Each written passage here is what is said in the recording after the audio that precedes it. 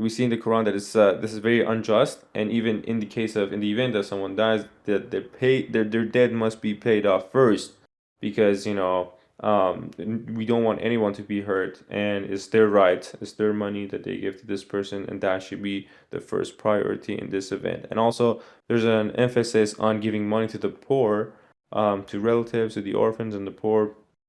In this case, it's very important. I think the charity is being emphasized quite a lot in the Quran. It's one of the most righteous deeds any believer can do.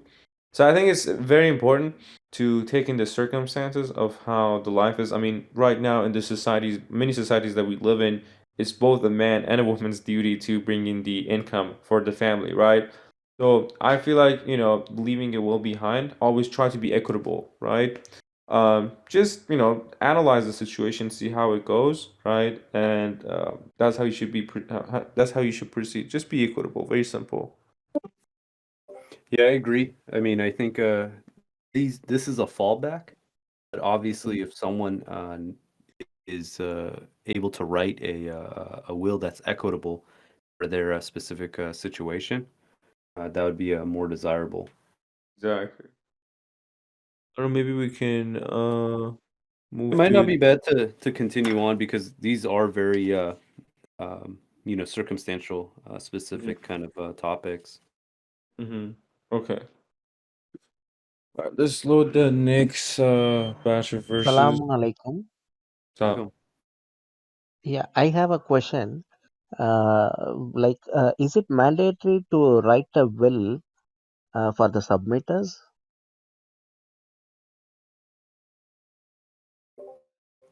Yeah, I mean, it is decreed upon us that if death approaches, we're to have a will in place for the benefit of the next of kin and the potentially the parents even. Um, which commanded upon us.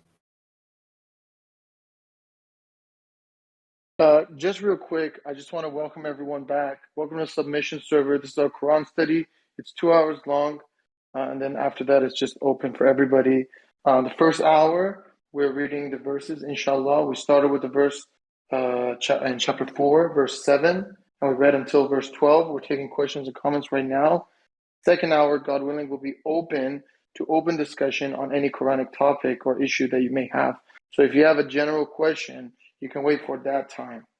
In the meantime, we're reading the verses. Everyone that's following along, you can type in VC1-chat and also speak here by unmuting yourself. And yeah, perfect. My question was, okay, it looks like the brother put the verse, Rahim, 2 verse 80, it says, it is decreed that when death approaches, you shall write a will for the benefit of the parents and relatives equitably. This is a duty upon the righteous. So to answer this question that was asked, I don't know if necessarily you have to write a will. Let's say you're 28 years old and you have, $5,000.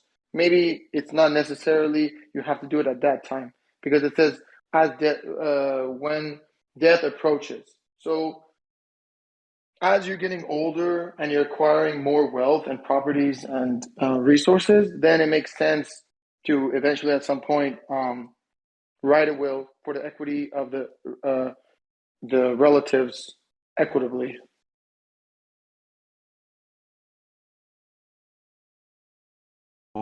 Assalamu alaikum, peace be upon you. I got a question in continuation on this topic. So, of course, God decrees that one should write a will. Now, the question I have for submitters, wouldn't that also be a great opportunity to prepare the will? And when something does happen, God knows our life and when it ends and how it ends, but we don't know. So wouldn't that be nice to have that? And if we did depart, we would have this ready, and then ultimately we will reap the benefits. In chapter 36, I think it's 13, where it says, after your death, you will continue receive the benefits of this good deeds that you've done, would that be something that, a submitter would want to strive and have that applied so that, you'll get that to that opportunity to earn all that credit and get closer to God? Just maybe a question or thought. Thank you. Should we load up the next batch of verses? Yes, yes, if we can do that. Thank you so much. I can, it'll be from verse 13 through verse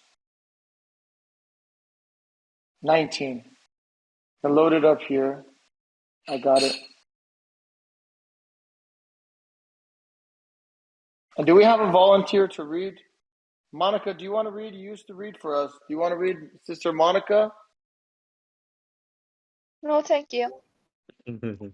I'll Do you read. have a volunteer to read? If anyone else doesn't want to read, I'll read it. I can Susan, read also. let's get some new voices. Sure, Yeah. yeah. We got Brother Amin here. I don't know if Amin can speak. Dina, East GPS. He's super nice. Any volunteers to read? All right. And I'm loading up the verses here. And I Awesome. loaded up the verse in VC1-chat. Okay. Who's up for it? Jeff. I think Jeff. if Susan, there we go. Jeff, go ahead, Sister Susan. Thank you very much. Go ahead. Okay, but I'm a little bit retarded, so I can't see the verse. So I loaded the verses in VC1-chat. Is from 4:13 to 4:19. let me just go somewhere else and find it. I mean, it's the same place where you were typing, where you were chatting. I keep losing it. I'm not sure how to go back to it. I seek refuge in God from Satan rejected.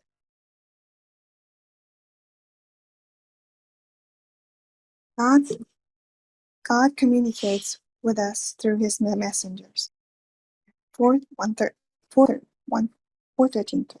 These are God's laws. Those who obey God and his messenger will admit them into gardens with flowing streams wherein they abide forever. This is the greatest triumph. As for those who disobey God and his messenger and transgress his laws, he will admit him into hell forever, in shameful retribution, self quarantine. Those who commit adultery among your women, you must have 4 witnesses against them, or among you. If they do bear witness, they shall keep such women in their homes until they die, or until God creates an exit for them. Footnote. A woman witnessed by 4 men in act of committing adultery on 4 different occasions with 4 different partners represents a danger to public health. Such a woman is the depository of germs, and a health quarantine protects the society from her. A good example of the exit that saves quarantine is marriage with someone. Someone may wish to marry her and thus protect her and the society. The couple who commit adultery shall be punished. If they repent and reform, you shall leave them alone. God is Redeemer, most merciful. Footnote. Public exposure of the sinners is a major deterrent, and we see it in 5:38 and 24:2. Up there.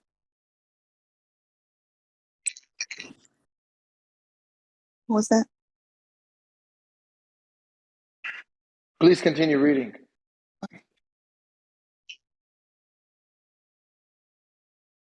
Repentance. Repentance is acceptable to God from those who fall in sin out of ignorance and repent immediately thereafter. God redeems them. God is omniscient, most wise. Not acceptable is the apprentice of those who commit sins until death comes to them, and say, "Now I repent." Nor is it accepted from those who die as disbelievers. For these we have prepared a painful retribution. O you who believe, it is not lawful for you to inherit what the women leave behind against their will. You shall not force them to give up anything that you have given them unless they commit a proven adultery. You shall treat them nicely. If you dislike them, you may dislike something wherein God has placed the lot of good. Protection of women. You wish to marry another woman in place of your Yeah, present. I think we just read up to 19. That's okay. Yeah, Thank you so much. So do you have any questions or comments, Susan? Sister Susan, you get priority. Well, I do have the question from before where it said when death approaches. What is that exactly? Is that only for older people? Anybody can suddenly die.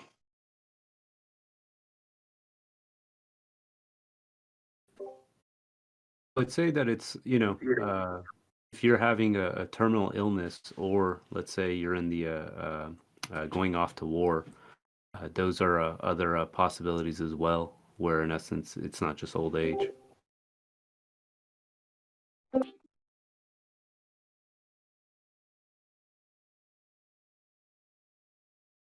Any other questions or comments? Welcome everyone who just joined. Peace be upon you. We read from chapters 4, verse 7 until verse 19.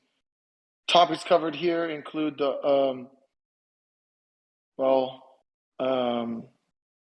issues relating to the will, inheritance for spouses, concepts when it comes to health quarantine, repentance, adultery, these kinds of things. Any questions or comments about what was read?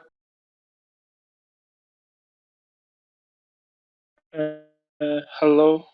I have a question that how can we punish adultery in today's society? Which situation is necessary to make a penalty for adultery? Thank you. So I've been thinking a lot about this, and there's a distinction, I believe, and I'm open to objections to this. When it comes to the aspect of lashing, I believe this is only in the context of a married couple. That if one of the individuals who's married commits adultery, then there's a lashing. Regarding what's in 15 and 16, it says public exposure of the sinners is a major deterrent, as we see in 538 and 24:2. That I think that when in this context, that it's just kind of how do you put it? The shame upon it is to just be frowned upon, like in society.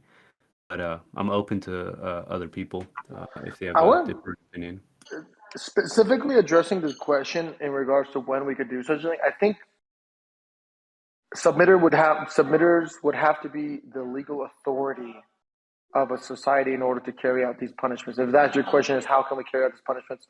I personally don't believe when you cannot have competing authorities in carrying out the Quranic punishments. So, for example, let's say in my area, we have submitters and come and say we committed adultery, our punishment is lashing. I don't believe it's appropriate to lash them because we have a competing authority, meaning we have a separate jurisdiction. We have a separate jurisdiction. You cannot compete with them. And if you do compete with them, then there will be repercussions and punishments. So you need to be the sole legal authority and jurisdiction in order to carry out God's punishments. Otherwise, there's going to be problems. This is my understanding. One thing regarding this, I think it could be voluntary too, right? So if someone commits a sin, they could voluntarily, accept the punishment by the community, even though we're not the law, right? But as long as it's done with the consent of the person, the punishment is carried out. I don't think it would have any legal repercussions. Even their consent doesn't work because the family members that don't accept that can go complain to the authorities and they will pursue charges. It has nothing to do with the families. As long as the person is an adult, right? No. So it just doesn't. I mean, you would have to have a very specific legal process for that, right? But generally, you cannot agree to such a thing in society.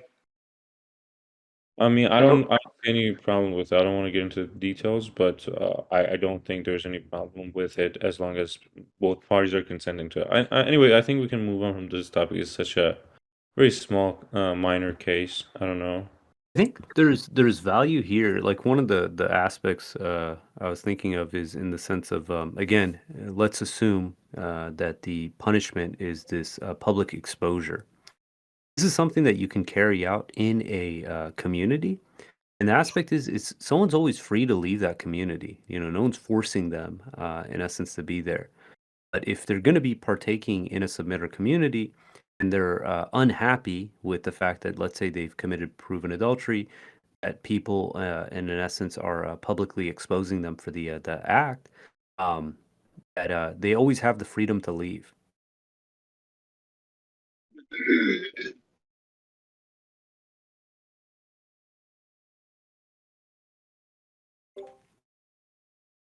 I wanted to make another comment regarding 415. So Rashad in the translation he says that Surah 4 we have to view these verses in the lens of the protection of the women. And a society where a woman is in essence being passed around in such a way that you have four separate accounts on with four separate men committing this act and it's publicly known is really being victimized by that society. And this concept of the health quarantine, I genuinely believe it's for the benefit and the security of the woman. And a proof of this is what did God do regarding Joseph? It's not too often that the roles are switched where you have a man that in essence all the women are throwing themselves at. This happened in the case of Joseph, and he was in a very societally, he was in a very position of low status, right? He was the slave of a family, so he didn't have a voice. And because the women were constantly throwing themselves at him, he asked God. He said, "The prison is better than, in essence, unless he gives into their schemes."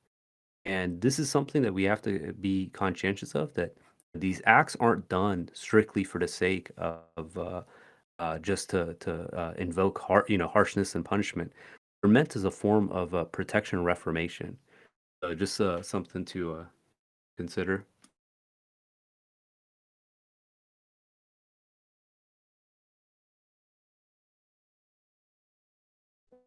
According to my understanding, the submission have to power to control laws, and this laws should be same for everybody.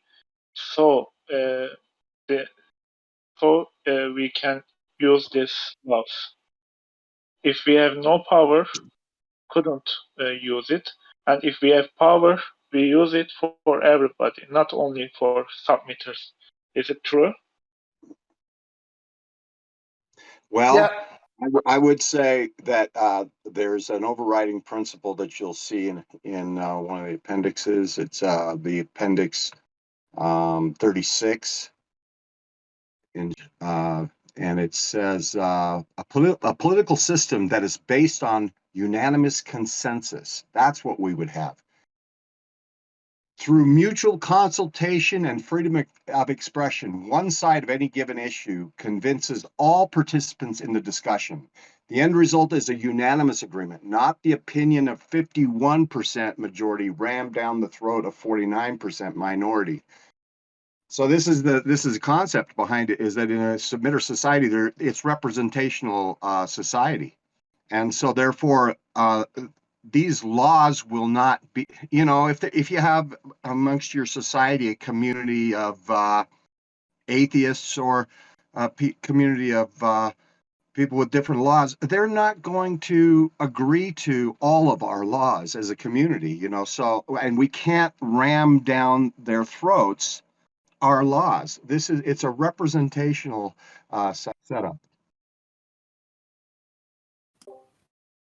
If I could add, I mean, one thing we have to be conscientious of is that people have, freedom of travel. Let's assume again, someone doesn't want to live by these laws.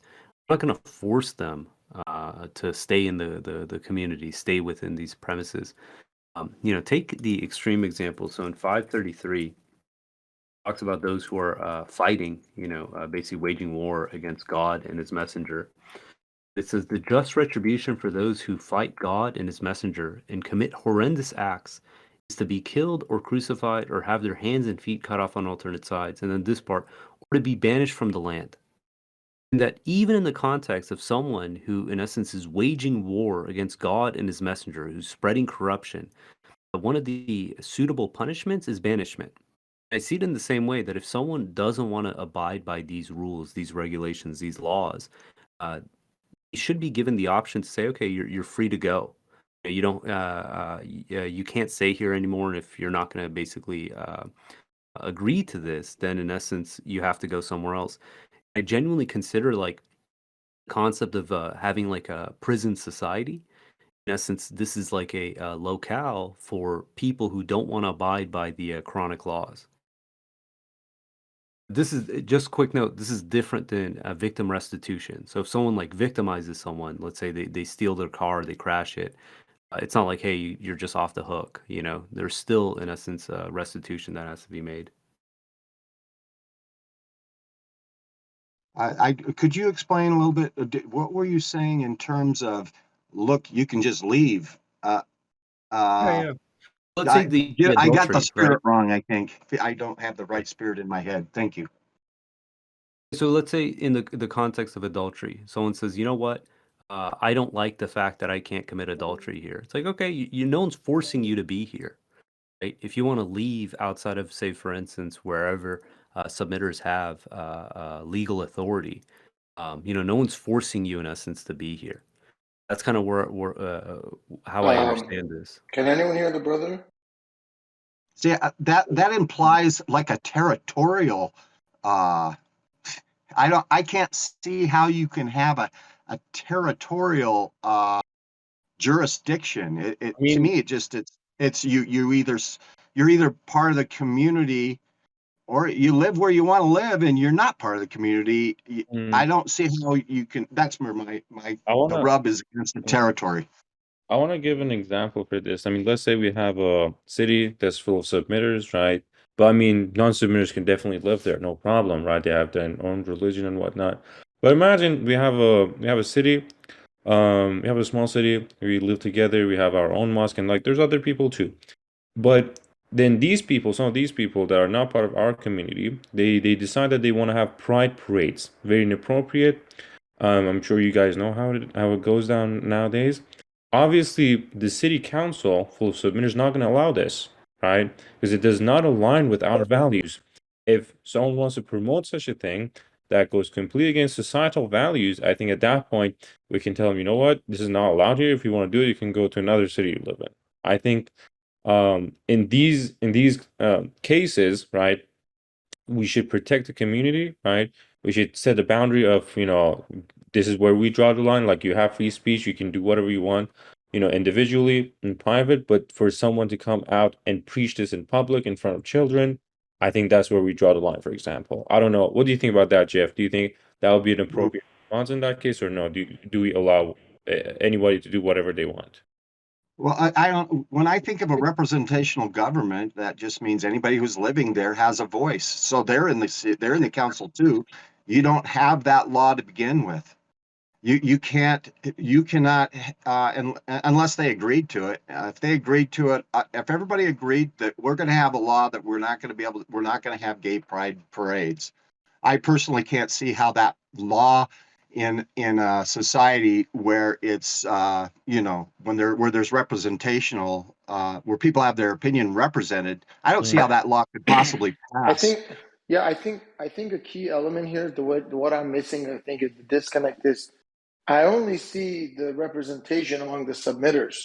We don't have satanic laws represented in our society. That's not even an option. They don't have a voice. Yes. So the only people that have a voice are submitters. So among the submitters, they're carrying out God's laws. It's not a debate whether we carry out God's laws or carry out Satan's laws. That's not even a part of the conversation. I don't know these people that we're claiming that are going to be at the table. They're not even there. This is just among submitters that are ruling that society. So, I mean, let's we're say under that submitter control.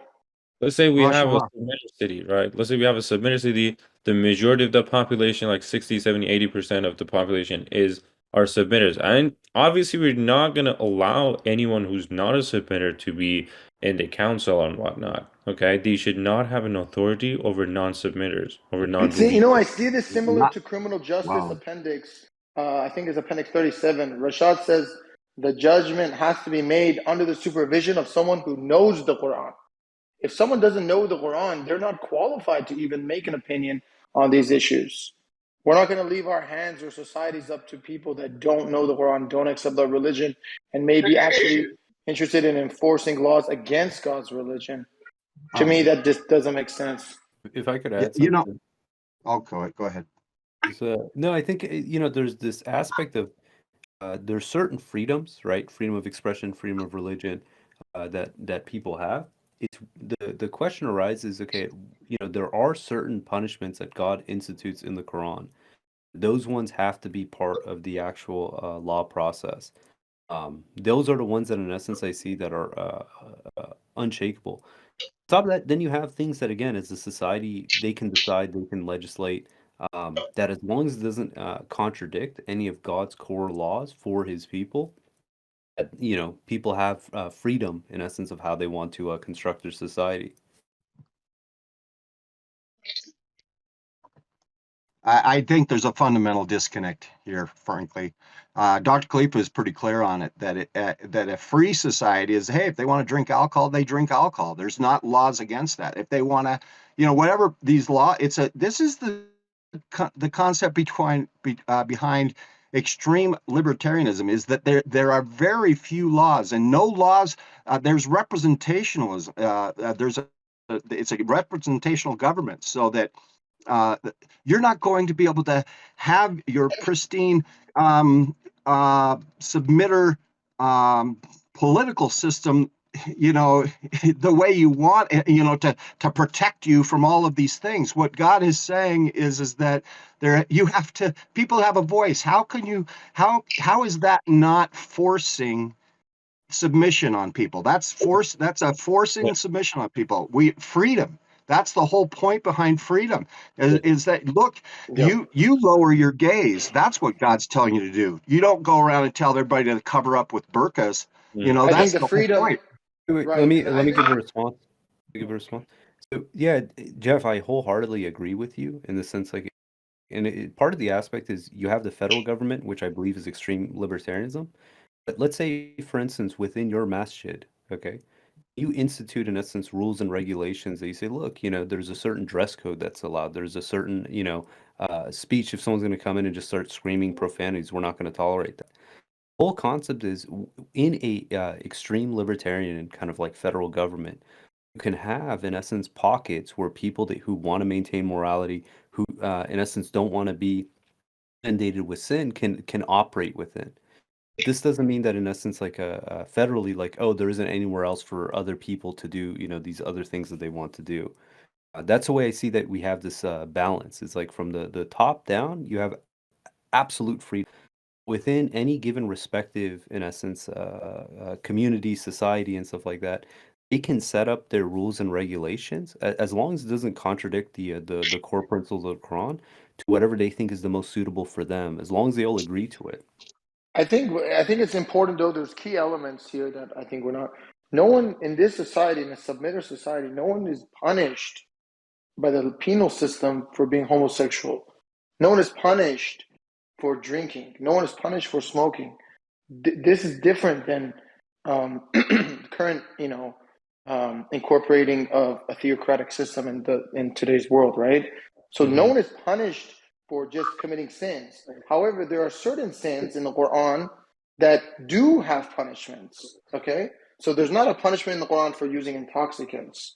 However, there is a punishment for theft.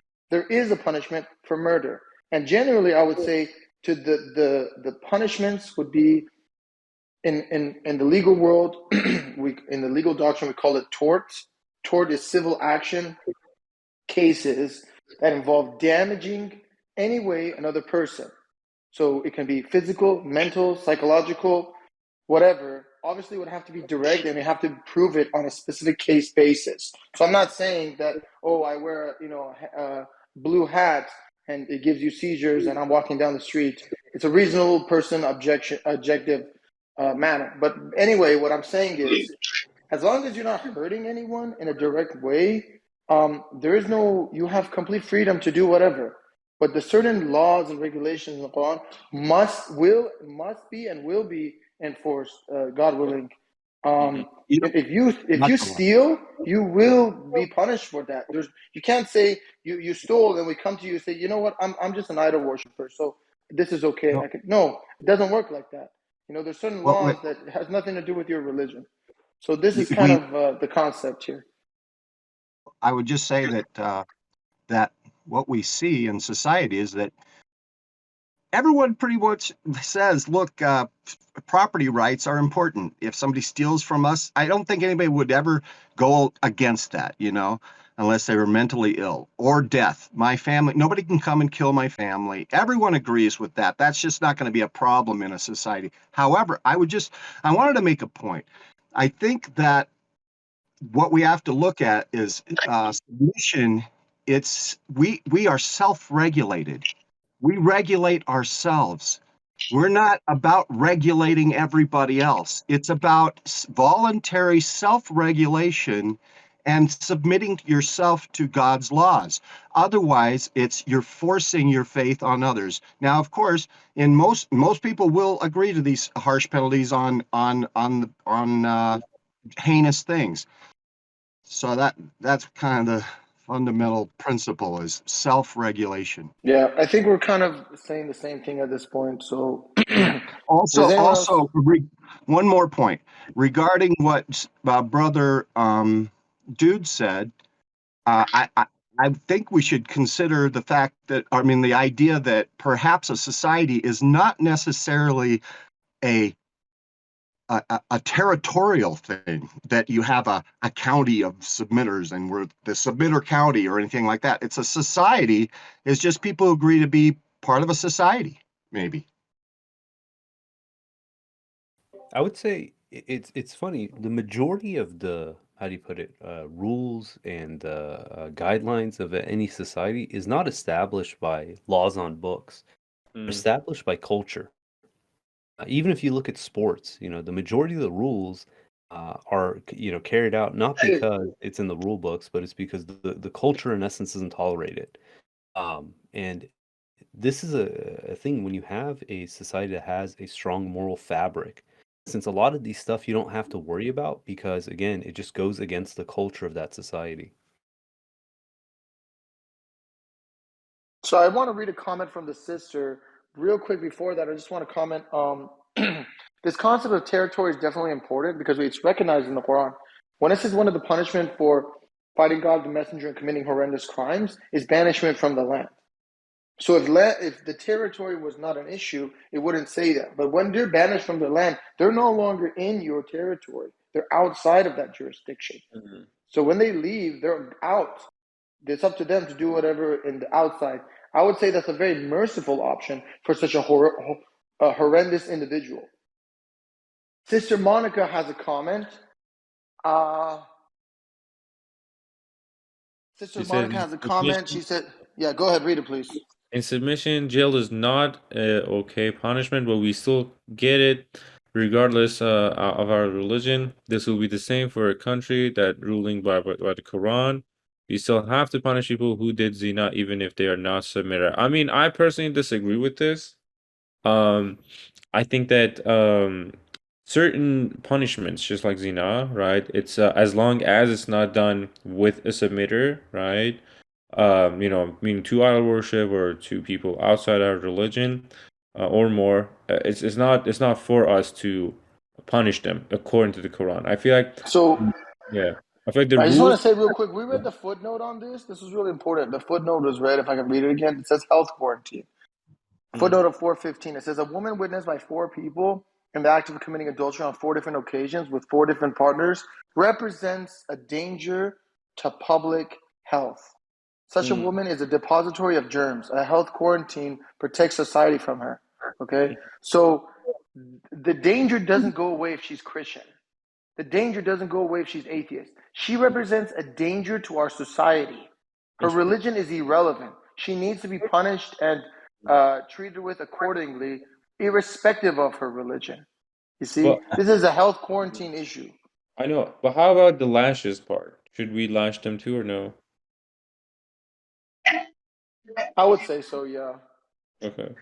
I mean, again, and I'm open to pushback on this. I think the lashes punishment is only in the context if one of the people participating is married.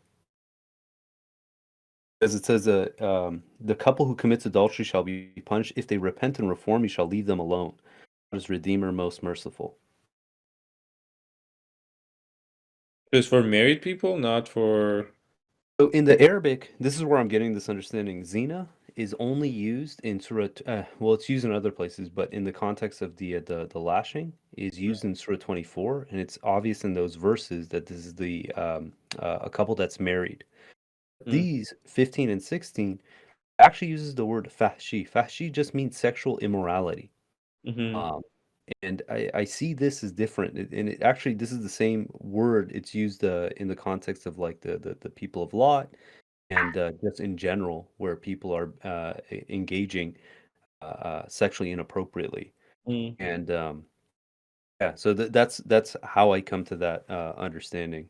Again, I'm not 100% on this. I'm open to push back if someone is different. Yeah, it's a difficult topic. We had this discussion before because I mean I've lived here 58 years, and it may just be my ignorance, but before this topic came up this year, I always assumed adultery was just sex out of marriage. But then on closer scrutiny, I realized that by definition, it is adultery is there's a married person involved in it. However, I found justification for my confusion because people who are from a Calvinist background, the Calvinist ruling is that adultery is anything outside of marriage. So there these, and I think there's some of that confusion within the Muslim community as well, with regards to zina. If no one else has a further commentary on this topic, I wanted to move to a different topic, if that's okay. Yeah. I did want to share one thing, and this is from Quran Study 8, about 14 minutes. Dr. Khalifa is talking about.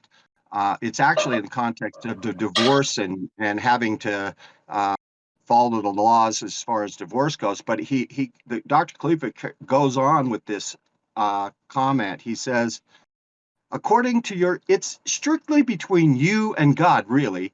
You don't have to apply any of these laws, but you bear the responsibility. See, it's strictly between you and God. It's like everything else, like praying or fasting or drinking or gambling. The whole thing is strictly between you and God. God is telling you these laws. If you want to be happy, follow them. If you want to be miserable, don't follow them. It's as simple as that. I just wanted to say that. Thank you very much. I wanted to comment on verse 13. Subtitle is God communicates with us through his messenger. And it says, these are God's laws. Those who obey God and his messenger, he will admit them into gardens with flowing streams, wherein they abide forever. We had a very interesting discussion yet last night. Grow and then join. And just quickly, I'll just say this. God willing, I really invite everyone to join our daily discussions on the Discord. It's the same location of VC1 and VC1-chat. We talk to people from all over the world and meet new submitters that join the religion and people that are converting to submission. Every week we have new people converting to submission. It's such a beautiful sight. So last night we had an individual, and God willing, they're still researching, but basically the concept was, look, they were saying, look, I accept Code 19, I accept the Quran, I accept Rashad Khalifa as a messenger of God. Okay? And so the next point is, but they never accepted the practices and the rites and rituals of our religion. Then we said, well, look, what if God came down right now and told you, you need to do Salat in this way right now? They would say, of course, I will have no choice. I would do it exactly. Then we said, well, this is exactly the same as a messenger telling you. The messenger represents God on earth. They're representing their message, right? They're the representative of God's message. So if we can show you the messenger of God, who you believe to be a messenger, doing this, meaning telling you how to do the salat, will you obey? And then that's where they paused and they thought about it. It's a very profound subject. And so in verse 13, it talks about how obeying God's laws, obeying God and the messenger helps facilitate this. And if we look in the Quran, we have a new miracle that was discovered on code 19. I pasted it in VC1 chat. Obeying in the command form in terms of obeying God and the messenger occurs 19 times in the Quran. Anyone is invited to check for themselves. I put the image, I have each one boxed, and I also put the verse numbers and citations for the words there. Praise God. This is amazing. Every day we learn something new and new evidence for code 19. And in this case, evidence that we should obey God and we definitely should obey God's messengers. Thank you so much. It's exactly. And I want to make a little comment on 415, if I can. 415, it talks about adultery and a woman. Just from my research, I see adultery really from married and unmarried women. I think we had a big discussion on this Discord as well. Again, that's just my understanding. But also, 415, it appears that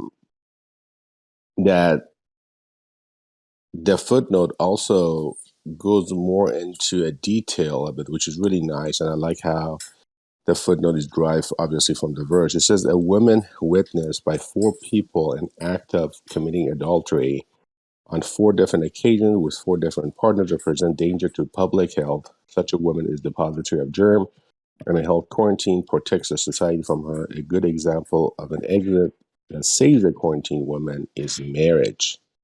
Someone may wish to marry her and thus protect her in the society. So it appears, even though adultery could be between a married woman or unmarried woman, but in this one, it appears, since at the end the exit is through a marriage, it appears this woman may potentially be an unmarried woman who is health quarantined in the society. Do you guys also see it this way? Thank you. What's interesting, there's evidence in both directions. So Sister Monica just pasted from the appendix on chastity and virginity. And she pastes a portion of it that's really important about what it means to be a chaste woman. And it says, in order to be chaste, this means staying virgin until their wedding night, then staying loyal to one spouse, never committing adultery for their own happiness. Over and over again, the messenger talks about adultery in the context of post-marriage circumstance. And this is consistent with multiple verses in the Quran where it says, after you pay the dowry and you get married, there's no, you don't commit adultery.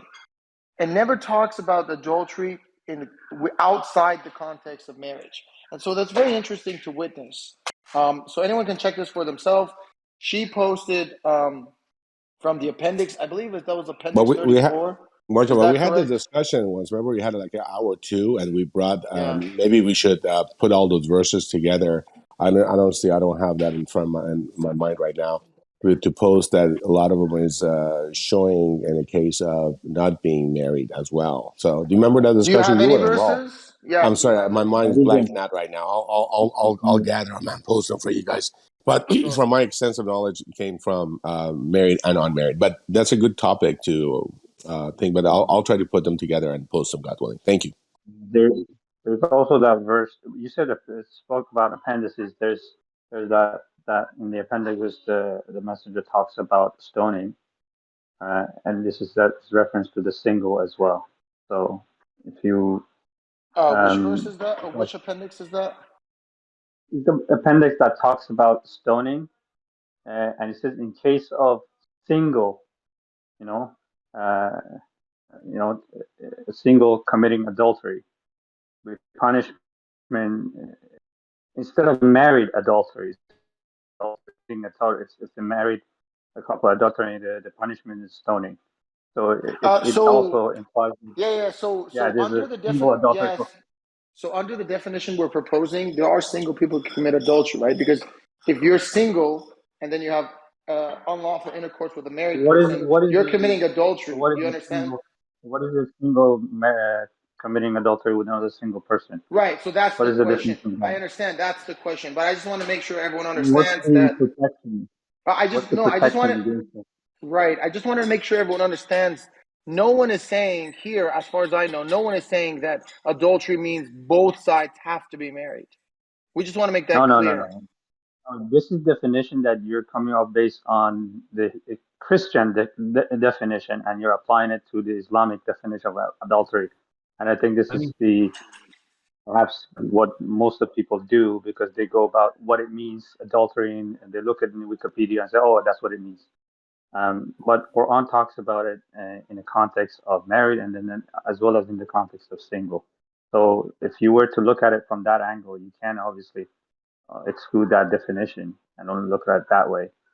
But I know there was an article a long time ago written on this, and I also had looked into this a little bit long time ago. Obviously, not have to refresh my memory of my references. But I think this is a good discussion. I think there's references both to single and married adulterers in both in the appendices and also in the Quran. And the example of a couple in this verse is a couple committing adultery, right?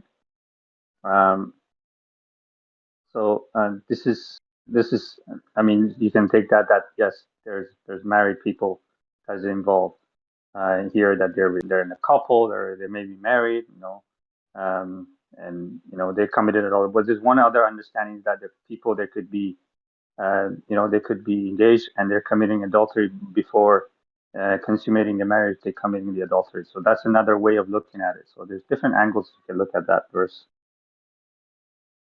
so, You know, I was Your going to. just going to say, so yeah, this the challenge is if we're using just the translation, the Arabic uses different words for the adultery, and the Arabic is a lot more specific. So if you look when it talks about a married couple, it uses the term zina. Then when it talks about just sexual immorality, typically uses the root fahshi. And this is it's I put all the verses and the roots that are used for each of the occurrences, and feel free to look through, and if you can show that adultery in the sense of, because it really comes down to, is the punishment lashing can be applied to a couple that neither of them are married. I'll concede, but I don't see it in the verses that the lashing punishment is to be addressed if neither of the participants are married. I want to just say on top of that forget that confusion. The idea of chastity is completely solid. That we're warned of great punishment if we are not chaste. Yeah. So No, there's this just to be is clear, this no is one. Yeah, no one is. yeah. No one. As far as I can tell, no submitters here. No one. There's no dispute on that aspect. No one here is saying that you can have sexual relations outside of marriage. Definitely no. So there's no debate on that whatsoever. I think a sister wanted to speak though. Go ahead, sister. Hey, upon you all. Yeah, I just joined in a little bit, and so I have missed most of this discussion, but I wanted to share a verse in case it's helpful. But while I'm remembering, also I'm planning to be away from the chat, just FYI. So I thought about Surah 24, verse 2. Sorry, 24:3. Actually, 24 2 talks about the adulteress and adulterer. You shall whip each of them 100 lashes. And then the next verse says the adulterer will end up marrying an adulteress or an idol worshiper, and the adulteress will end up marrying an adulterer or an idol worshiper. This is prohibited for the believers. So, so that it's implied that these people are not married. This person committing adultery, whether it's a man or a woman. It's a good point. I I don't see it that way, and I'll explain. So when it says the adulterer will end up marrying an adulteress or an idol worshiper, the whole takeaway from this is if technically then if we interpret that adultery is any kind of sex outside of marriage, and someone who has lost their virginity is technically prohibited from ever marrying a believer. I don't believe that that's what the it's applying. This is again, from my understanding, is if someone had extramarital sex with someone else who's married, or if they were the ones who committed and were married, those specific individuals are prohibited for the believers to marry.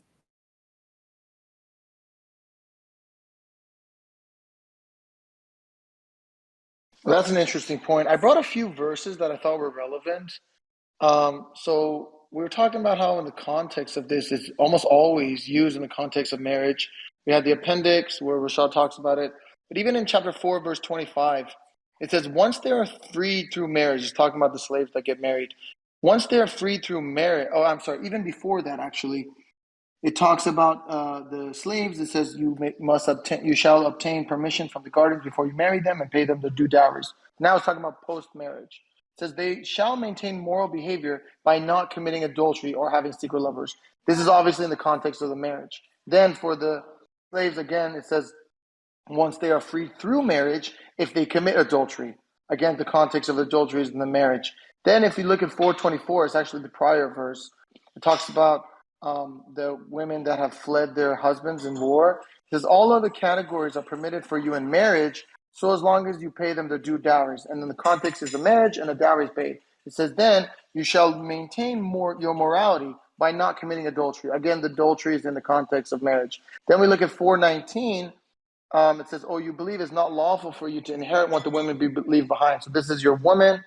Either she's died or she's you divorced her. It says I guess in this one she'll be alive still, so you divorced her. It says against her will. You shall not force them to give up anything you had given them unless they commit a proven adultery. Again, there's adultery in the context of marriage. And so for anyone who missed it, in the appendix, Rashad says keeping your chastity means staying virgin until your wedding night, then staying loyal to one spouse, never committing adultery. Again, he says it in the context of a marriage for your own happiness. So again, I'm open to hearing more views on this, and I'm not 100% certain of my opinion. But what I've been seeing is consistently and repeatedly, this word is occurring in the context of an existing marriage in some way, shape, or form. Thank you. But just real quick, we're in the second half of the study, so anyone can talk about any topic now. So don't think you're limited to the verses. We did read the verses from chapter 4, verse 7, up to verse 19. But at this point, anyone has any questions or comments, you can drop it in the chat or come up and ask your question. But now it's open discussion. Please go ahead. I just wanted to talk about a little bit more about the legal aspect of what it means to have a submission community. So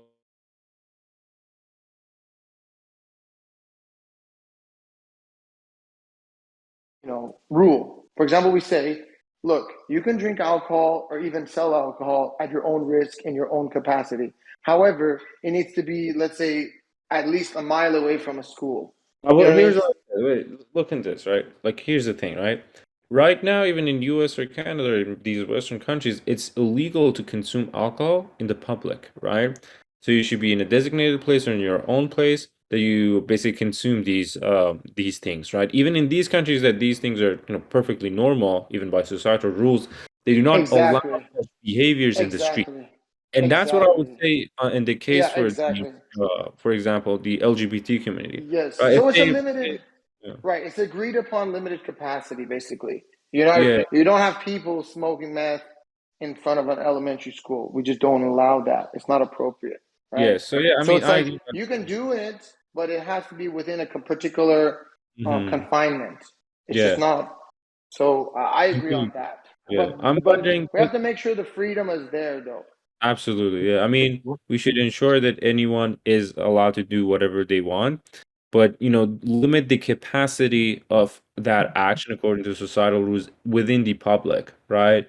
Obviously, like let's say even for religious freedom, right? let's say you're opposing a certain religion. Obviously, we're not going to allow a person to go start burning Bibles in front of a church. It's just not allowed. Or a person going and starts burning Qurans in front of mosques. Just inciting. Basically, just keep peace, right? Have dialogues with people of every background, every sort of values and whatnot. But keep. I think we should have a. We should draw the line at some point for these things. Like the perfect example is the pride parades that we see. I'm not the biggest fan of them. I really despise them, the way they're being done in the public with children saying very inappropriate things. I'm also wondering what Jeff's opinion is on this, because Jeff had a little bit of problem with Well, these territories and things. I want to know what's his I opinion feel on like I feel like That- we got Jeff's opinion. I don't know. I oh mean, I yeah, feel like we don't want it. We shouldn't have too much of that. no. I mean, I feel not just on it. Jeff's opinion. I feel like we hit this subject pretty deeply in Okay. general, and Okay. Jeff in particular No, commented a no, lot on it. But I but want I there's- wanted him to see if he's okay with this description of it, because I no. think he was a little bit more for libertarianism. I want to know if this is something Oh, that you think this is Quranic. yeah. I'm actually okay. So Mm. I'll tell you something that I think is a much stronger tool to invite people to submission, and that's to respect their choices, their freedoms, is to Yes. give them their freedom. To me, that's what this society was built on. It gets more restricting as time goes by, but it was built on freedom. You can do that stuff. Our with regards to gay pride parades, our job is to lower our gaze. Get out of there. Don't go watch it.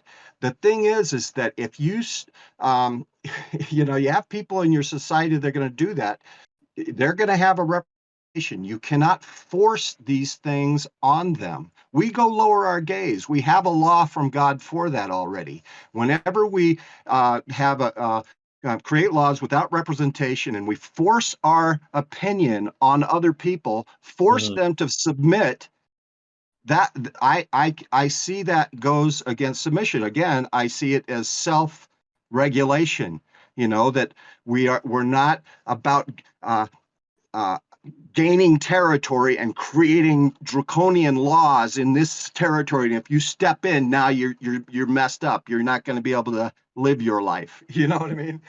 Yeah. I see this is a hard concept possibly for a lot of people to understand, but that's what extreme libertarian is. It's just the government should have as few laws as possible.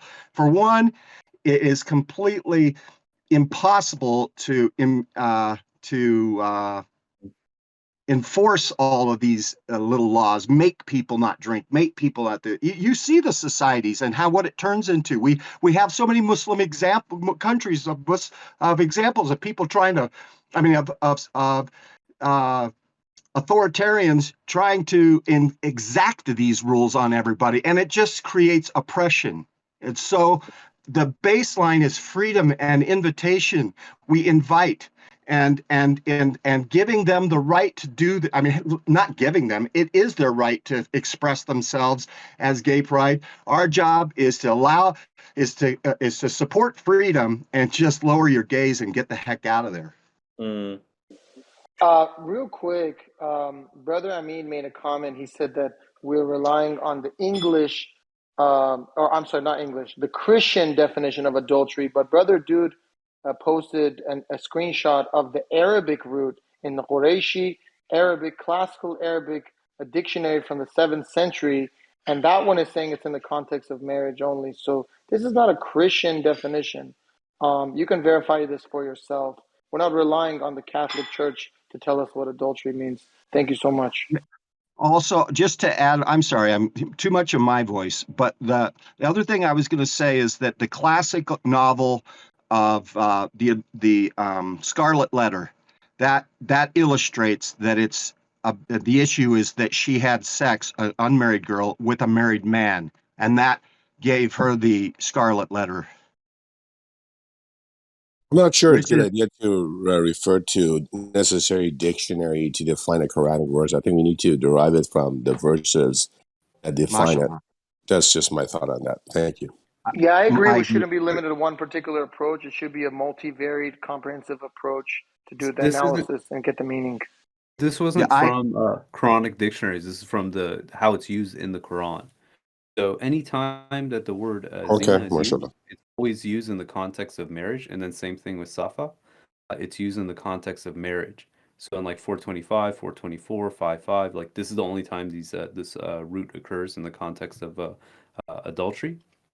It's always after marriage. But fahshi is used more broadly.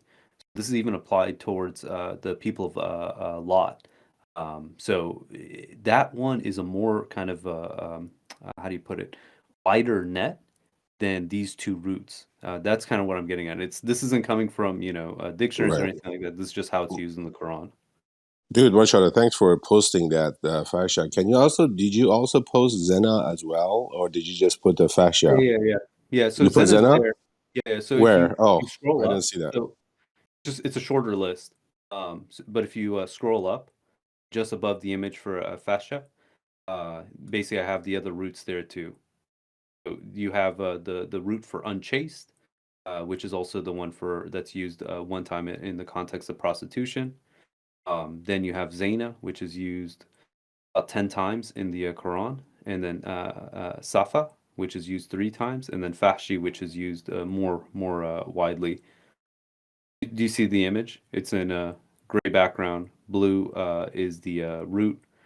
Green is the meanings, and then the corresponding verses are in white. Yeah, that's a good comparison. It's good to look at. I mean, I see even in Farsi, I guess fascia and zina. I mean, they both make a very clear distinction. Fascia means just corruption, and fascia just means like sexual immorality, and zina is more of like a adultery meaning. I get that, but it's good to look at those verses, mashallah. Thanks for posting them.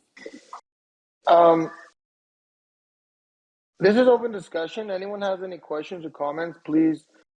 If you have any Quranic issues or any topics that you want to get addressed or discussed, please ask your question in VC1-chat. Also, you can come up and ask your question. Brother Atif, it sounds like you have a question. Do you want to come up and ask your question or no?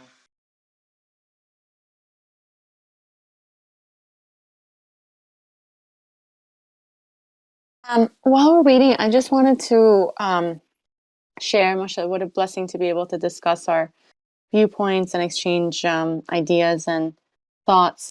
For 424, where adultery is also used, this is someone who, initially it mentions women who are already married, but then it's talking about someone who's not married. All other categories are permitted for you in marriage, as long as you pay them their due dowries.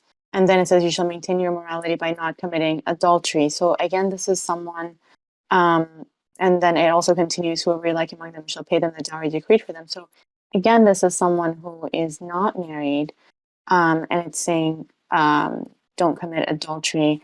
And then the 24:3 that we talked about already, I wanted to add that, so this one clearly also, this person is not married, and I think that the point was raised as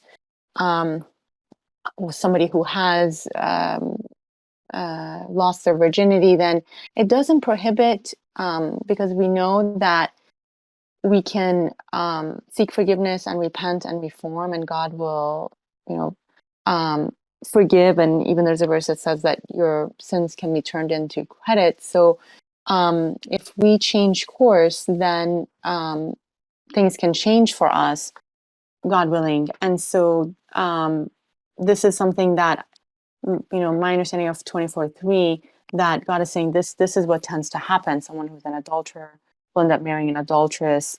And then at the end of the verse, it's prohibited for believers, like, don't do this. Part of it is also marry an idol worshiper, and we know that that's prohibited for the believers.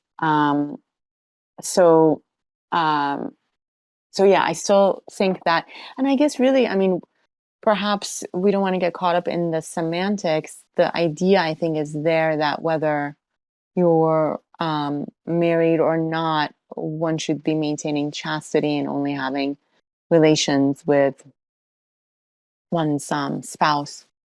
I also had a point about the religious freedom issue. Mashallah, I think that, you know, when it comes to individuals, like God has given us freedom and we want to give everybody their freedom. I think where the laws come in is that each person has their freedom, but then we are not free to disturb others or to aggress upon others. So the societal laws should be protecting people from aggressing on others' lives or properties or disturbing others. So I think that's where the laws come in, is that, you know, people should not be allowed to do things that hurt or disturb others. And otherwise, God has given the freedom for each individual. Now, at the same time, if we are in a position of power, we want to advocate righteousness, forbid evil, and kind of encourage, like mashallah, I think one of the brothers talked about, like inviting and encouraging people to be righteous by giving incentives, for example. Thanks. If I can just briefly ask everyone, if you could sign up for the Quran study for next week. I loaded it up in VC1-chat. If you can please sign up for that, it helps with our analytics and also hype up the Quran study. So if you could just tap interested, you should see a check mark in the interested box. If you could please do that, I'd really appreciate it. Thank you very much. It's in VC1-chat. Just tap interested. Thanks. I was gonna say, just you know, to me, 424 and 425. Even when I read these, it's talking about setting the dowry. Basically, that after, and again, this is post marriage, they shall maintain moral behavior by not committing adultery or having secret lovers. This is, again, it's showing that it's the context of adultery here is post marriage.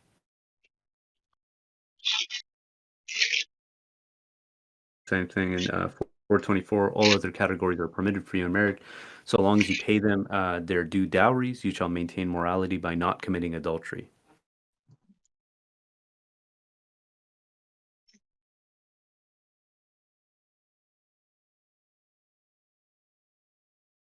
Oh, so there's a question. It says, can you explain your method about Aleph? Let's say we have 100 manuscripts and only 20 of them. There's one extra Aleph in one specific location. Why do we consider 20 manuscripts to be true but disregard the others? Or is this not the case? So this is, for those who aren't in the loop, basically I publish counts, I'll put them here too, regarding the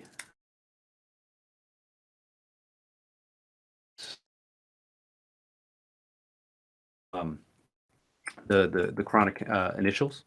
And we had some people, in essence, go through and give an audit of Surah 32.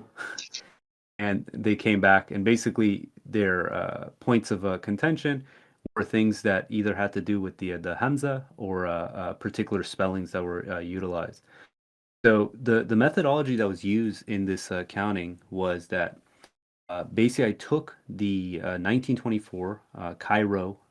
This is the first like canonized version of the Quranic manuscript.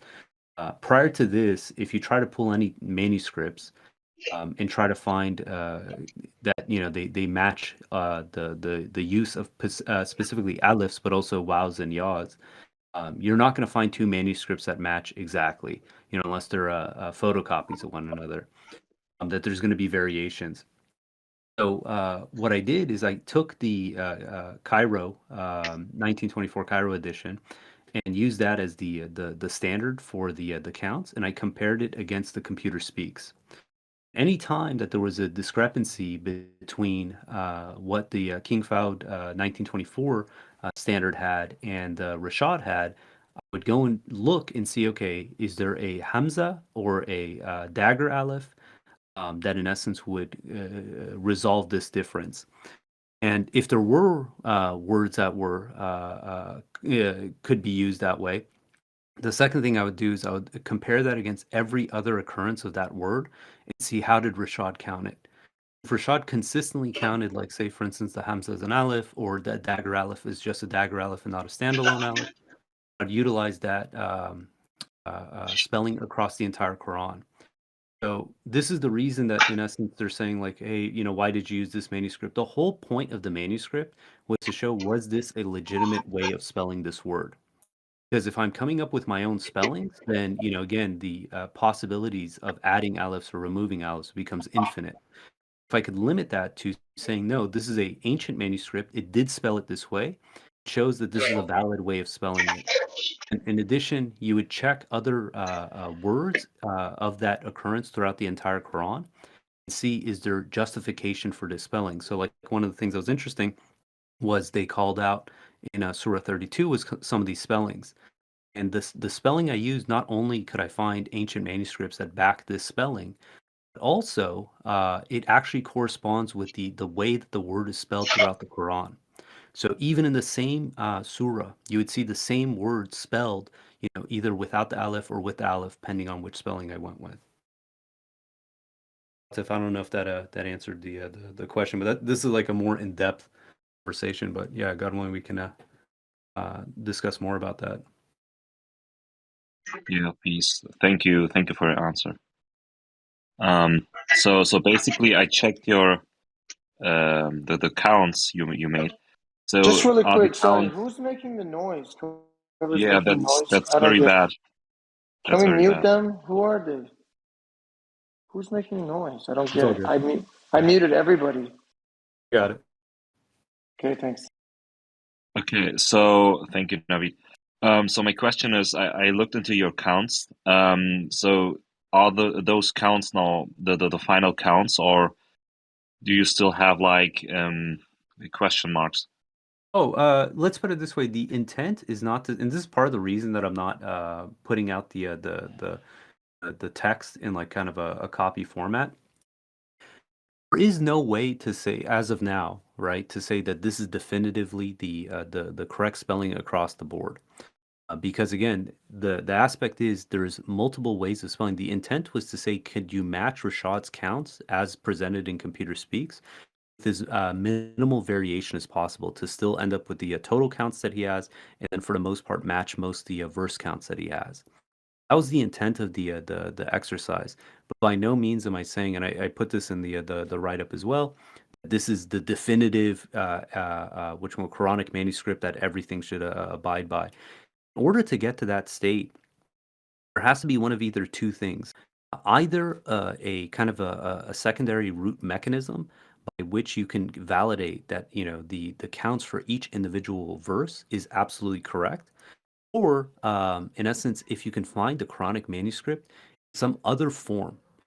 I have these theories, like say for instance, let's say we have 3.1 billion DNA base pairs. 95% of this, we say we don't know what the function of this is. If someone discovers that, hey, within the DNA sequence, they actually find a transcription of the Quran that's been preserved since the dawn of human beings. If that's the case, then in essence, like, okay, now we have a secondary source that we can validate every letter against. Let's say someone's listening to the cosmos, and they say, hey, in the background noise radiation, we actually found an embedded signal that is literally the data transmission of the verses of the Quran. Now, if we have some other way of being able to validate, at that point we can say, okay, this is the definitive spelling. But for the sake of this exercise, it was just to show, is it possible? Because again, for 30 years, people said that Rashad fabricated his counts, that it's impossible to be able to get the same totals that he did, let alone try to match the counts that he had in the Computer Speaks. Thank you for the answer. God bless you. As a side note, just really quick, this is literally what happened with the submission.org counts. So Atif's brother wanted to validate Rashad's counts for the Aleph. And during this process, he ends up getting a terminal illness, and he knows that he has like a very limited amount of time to before he passes. He gets the counts to basically saying, look, I can't confirm each of the individual Aleph counts for the 13 Aleph surahs. he was able to confirm, at least get to a point where the totals of the Alif Lam Mim, Alif Lam Ra surahs said in aggregate are a multiple of 19. He passed, so he couldn't continue his work. People took his work, and in essence, what they did is they canonized it. They say this is the definitive Arabic text. It's final. This is the one that confirms everything we need. And Rashad was wrong regarding the counts, and this has been the case for a number of people for literally 30 years. What's funny is I know people who were working or in correspondence with Atif, and said, just take it for what it is. This was not his intent, right? His intent was not to say this is going to be the canonized spelling of the Quran. Exactly. It's kind of important to understand that he never claimed that to be final. He just claimed that it was just another way of trying to do the counts. I'm glad you clarified that, mashallah. But unfortunately, a lot of people are treating it as that is the proper way of doing the counts, and that is actually the correct way. So they're saying Rashad was wrong, he didn't fully understand it, and now we have the correct way of getting the correct counts in this way. And I think that's where it kind of gets a little bit True. But people do. But you know it, I know it, that people end up doing whatever they want to do anyway, right? Look at what they're doing with so many other things. You know what I mean? I don't think the issue is. I don't think the it's issue not is the about people. Yeah. it's not about the people doing their thing or not doing their thing. What we're doing by God's leave, and I encourage everyone to look at the link. We put the Git books here, and for the full verification of all the counts, that actually gets the same count as the messenger of the covenant. We believe that has more value than trying to come up with our own accounts, and we have here. Everyone can witness it, and this is the first that you can verify for yourself. As many of you know, the visual presentation of the miracle, a book published by the Messenger of Covenant, doesn't have a visual representation of the Aleph counts chapters. But here we do. And here we're matching the Aleph counts of the Messenger of the Covenant. So it's the first time that this is presented in this way to get to the same count as the Messenger of Covenant. This has just been a very short amount of time. This just got out. This was finished. And so it's a lot of work went into it, and praise God. And we're very happy to have access to this today. Did I understand this correctly? That Brother Dude, you've been able to confirm Dr. Khalifa's counts using this other Arabic manuscript of the Quran? It's not so this is the okay. It's not like there's one manuscript. It's not like you say, "Hey, I have this manuscript. It matches what Rashad's counts are from, say, the Computer Speaks and stuff." The aspect is when Rashad's counting, there in Arabic, there's three vowels that are also consonants. This is Aleph, Aleph, Ya, and Wow. The challenge is, again, prior to 1924, where they standardized the spelling of the Quran, will not find two manuscripts that have the exact same spelling across the board when it comes to these three vowels, and most predominantly with Aleph. The challenge is, okay, when do you count an Aleph and when do you not? And then in addition, Aleph comes in another form known as a Hamza. So Hamza, in essence, has its own set of rules as far as when it's counted. Basically, what I was doing is I was saying, okay, let me start with the King Fahd manuscript. Sorry, spelling. And this is the one that he used in his Arabic printing of the Quran. This is like the standardized spelling as of 1924 on. And I used that and I compared it against Rashad's counts. Each time there was a discrepancy between what was in the King Fahd text and what Rashad had in his counts. I would go through each of the words and see, okay, is there a Hamza that in essence is counted or shouldn't be counted? And is there a Aleph that should be counted or shouldn't be counted? And so when I identified that there was a discrepancy, so let's say, for instance, you go to Surah 2, verse 65, and the King Fahd version has 7 Aleph and Rashad says there's 6. And I'm just making this up. Would say, okay, which word here, in essence, either is using an aleph, you can find the word spelled in an ancient manuscript without the aleph. And then I would see it if I could confirm that. And then secondly, I would say, okay, if I applied this spelling throughout the entire Quran, not just for this word, but for any derivative of this word, use a consistent spelling, is that going to match Rashad's counts for all those selected verses? You know, Aleph is the most frequently used letter in Arabic. It's also the most frequently used letter in the Quranic initials. So in essence, if you use one spelling, a lot of times that's going to have a ripple effect throughout the entire Quranic text. I would compare it against all the verses that use that word or derivative of that word. I would compare it against what Rashad had, and if it was consistent, meaning that look, every single time Rashad is showing one more aleph or one less aleph when this word is used, I say okay, this most likely is the spelling that Rashad used. I see. Thank you. Thank you for sharing that. And then they have matched then, like when you use that methodology. Yeah. So that's the whole point. Is like in the Git book link, this matches Rashad's total counts for each of the Quranic initials. There are some small exceptions, but nevertheless, the aggregate count matches what Rashad has. All this, like I document all this in the Git book, so all the notes are there, the methodology is there, the examples are there.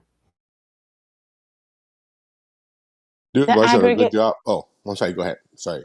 Oh, please go Go ahead. ahead, brother. No. Finish your thing. I just had the one other question. Go ahead. I'm sorry. Go ahead, please. Thank you. So that when you say the aggregate, do you mean like the all the alephs for all the chapters that use those Yeah, initials? so Or like in Surah, Individual. so in Sorry. like Surah 2, Rashad has 9,899 alephs, right? Sorry, alif lam mim. Those totals, I'm able to match all of Rashad's counts, all the surahs that he proposed. We even found another miracle, praise God, that Rashad didn't even know. This has to do with Taha, Tasin, Mim. This is phenomenal. I'll put it into the chat with the corresponding link. And this is like it really, because this was, in all honesty, the most criticized aspect of the Quranic initials. And praise God, I don't know who figured this out, but someone shared it with me, and I added it to the table. But if you look, there's 4 surahs that are Taha, right? So surahs 20, 26, 27, and 28 that are a set, okay? And Rashad, in his Quran translation in Computer Speaks, he only has this first set. So he takes the Ha from Surah 19, then he takes Taha, Tasin, Mim, Tasin, Mim from Surahs 20 through 28. That total gives 1,767, which is 19 times 93. People they say, well, why did he just take this Ha? What's the purpose of that? Why didn't he take, the scenes or the memes from the other surahs? Well, there's also another set. If you go on the other direction, so you take, for instance, the surahs 20 through 28, so Taha, Tasin, Mim, Tasin, Mim, and then the next adjacent surahs are 29, 30, 31, and 32. These are Alif Lam Mim surahs. So you only take the Mim. That total ends up being 2,584, which is 19 times 136. This shows like these 4 surahs.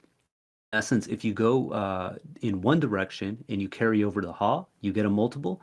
If you go in the other direction and you carry over the memes with the adjacent surah, initial surahs, then you also get a multiple of 19.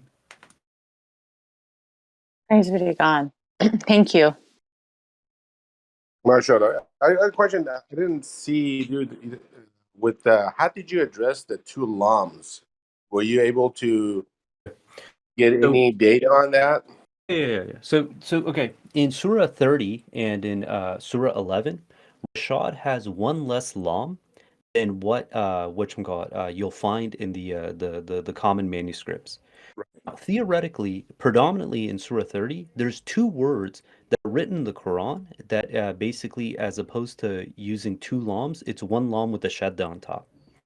The only challenge is I was not able to locate any manuscripts that wrote these words in these verses using that spelling. So in essence, I said, okay, well, look, I could make the argument that it should be, but I don't have any, because my methodology was I need to have an ancient manuscript that can show that this was how it was spelled. And so what I did in those instances is, because I'm going to use the lam counts of the manuscripts that we have available. And then on the aleph count, in essence, it just showed that there's 1 less aleph than what Rashad had in those counts. If you go to the same Git book, I basically explained this in the Alif Lam Mim section for those two Mashallah. surahs. Okay. So Surah Got it. 30 and then Surah 11. Mashallah. God, Lord of the universe. Thank you, God, for this wonderful discovery. Thank you, Brother Jude. You've been working on this for years. God bless you. And it really solved a very important um, question, and that not anybody could have really done it like that. God really bless you to give you the wisdom and know-how. I also wanted to just comment shortly on the fact that you have a background. I want to just give a comment shortly about the Surah 4 being called woman. Um, I think it's fascinating that 1400 years ago, the woman, God gives him so much interest that he gave us a whole surah for women and women's rights. And these days, and it's interesting that we see the women being treated really badly. They're covered head to toe, they have no say or anything in some of the Muslim countries. While even in the United States, you don't have so for the woman freedom and a way to worship and live. So it's amazing that 1400 years ago God gave women the importance of their belief and the way they live and the way they run their home and their children and everything else. God be glorified for all this wonderful news.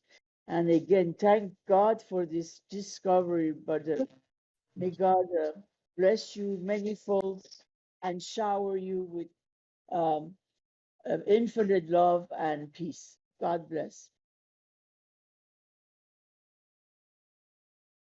I also want to make a general comment overall. The surah we read, Surah 4, which is women. It's interesting that if we just go back in history and just imagine when Quran was revealed, obviously the message and people reading it was quite extraordinary for his time. Even though it's extraordinary for our time, but very extraordinary, especially with the woman right, how woman was treated. I mean, not even today. Well, I think it's slowly they're trying to turn it around. Women were not, for example, allowed to drive, or keep a high office, in, for example, in Saudi Arabia, one of those hardcore countries. And when you compare that to even the authentic hadith that's being produced 200 years afterward that's comparing women, excuse me for what I'm going to say, comparing to dogs and monkeys, comparing a woman to that, it shows how extraordinary book in terms of moral value was being provided. And I'm surprised that a book or was not distorted because of that bias people in that region had toward women, or even up to recently that you had, because the Quran is a very liberating book, giving equality to man and woman. So that's quite a profound sign, I think, the whole chapter that we're reading.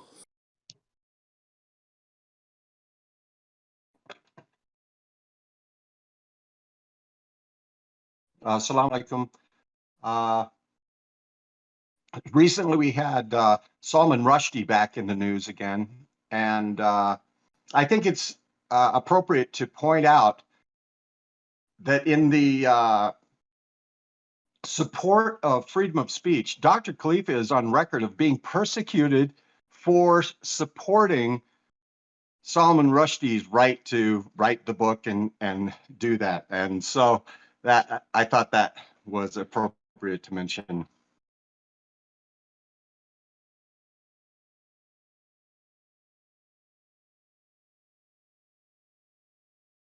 Thank you very much. All right. Any additional questions or comments regarding topics that have been raised, or any other topic that has been an issue for anyone? Any questions?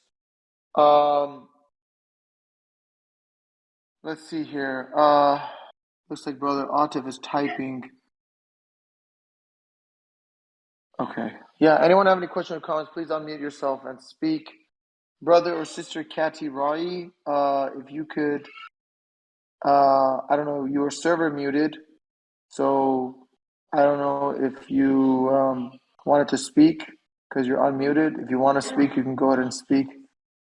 Anyone else who would like to speak, go ahead, please raise your question or comment. Mashallah, I just wanted to add. So, yeah, thank God for being able to confirm counts. And so I was thinking that perhaps then this shows that the people who couldn't confirm the counts before, perhaps that was the issue of this Hamza, or um, that perhaps they were looking at um, a Quran, like an Arabic Quran, that didn't have the same, that the spelling had been altered, essentially, from I the. would, Yeah. yeah, Is that? I would say the shortcoming was twofold. So one was the fact that I think the majority of people were just looking for that one manuscript that, in essence matched, and didn't realize, like, no, Rashad had a specific counting methodology when he's deciding, okay, which aleph to be counted, which one in essence shouldn't, when to use a hamza, when not to use the hamza. That's the first thing. Second thing is, by God's leave, like, we have way more access to manuscripts now than we've ever had in history. In the past, like years ago when I was doing this, like I was scouring the web looking for miscellaneous pages of the Quran to be able to decipher, okay, which surah is this? Is this pertinent to, any of the initials? It was a very labor intensive process. I mean, we have readers on this call who travel to libraries and snap photos and stuff like that.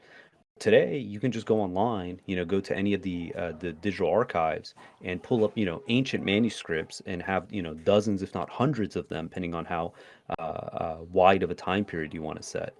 So we just have way more resources now. And then in addition, I would say the beauty is, like, look, in 2 seconds, you can do a search and see how any given word is spelled throughout the entire Quran, corresponding root is, what the how often is that root used, and be able to just quickly do this analysis that, even 5, 10 years ago wasn't as readily available as it is now. Mashallah. Thank you for sharing. Praise God for making things so readily available now. And I think one aspect was availability, as the brother explained, but another aspect I think is very, very key is this overall presumption in the first place that God's messenger left us with wrong totals. I think that's a big hurdle, because when you open that door, you're saying, well, God's messenger he did a lot of good work, but the established totals that he ended up with and that he printed and then he ultimately decided were correct and from God, if we're opening a door and saying, well, these are just all wrong, then I think that can potentially be detrimental to the access one has to being able to verify counts. I think that's really important.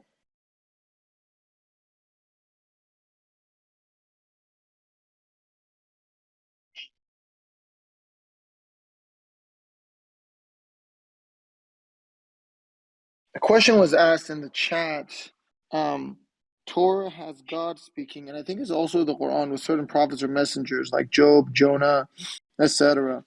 Does that mean inspiration or through an angel messenger, or that parts are falsified? My personal opinion is that it's inspiration or through an angel, because in the Quran we learn that God only spoke with Moses directly, no other prophets or messengers. But and then a follow-up question was, does that person understand that thought is God speaking to him? Anyway, I'll let anyone that wants to comment on that go ahead and speak. This is in the chat. Comments and questions are coming in.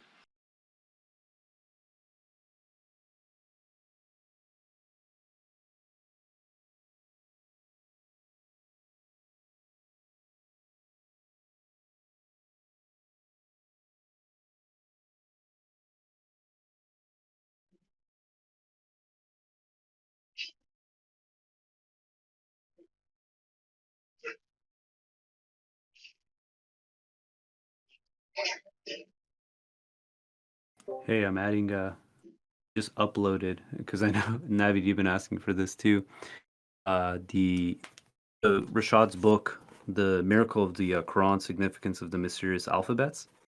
I didn't upload the entire book, but I uploaded the page where he does the counts of frequency analysis. So, which part of this should I read to show that these letters occur at a higher frequency than they do than other?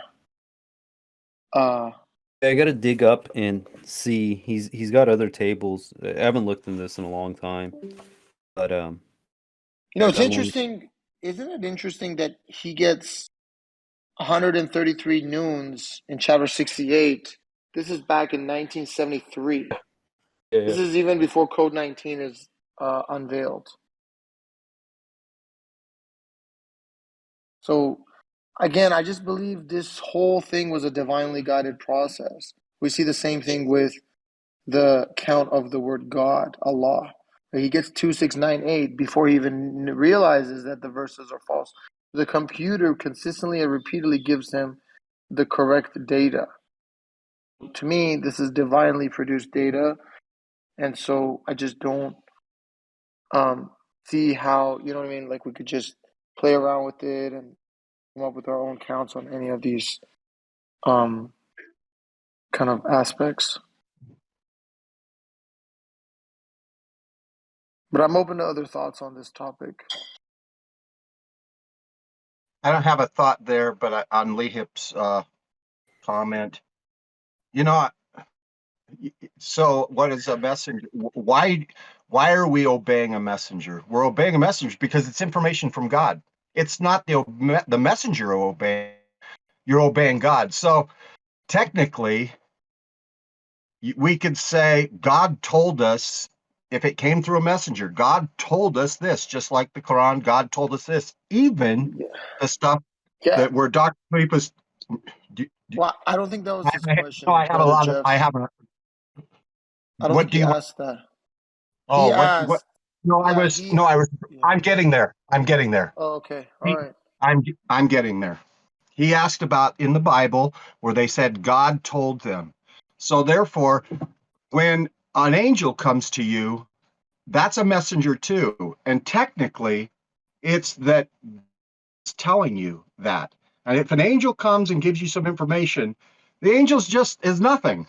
It's God telling you that. That's the concept behind that, is that everything, all the information we got from God is God telling us, God told us that.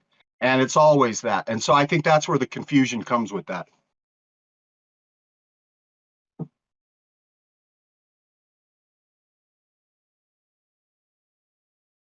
Another development we have,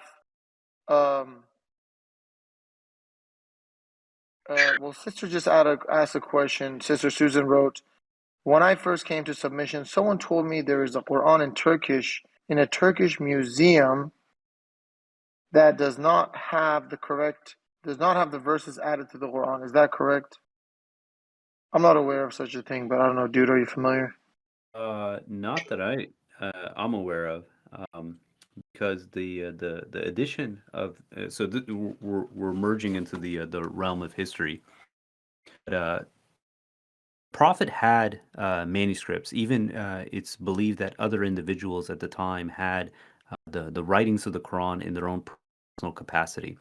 We know for a fact that the Quran, again, this is historical, he had the entire written copy of the Quran in various forms up until his passing.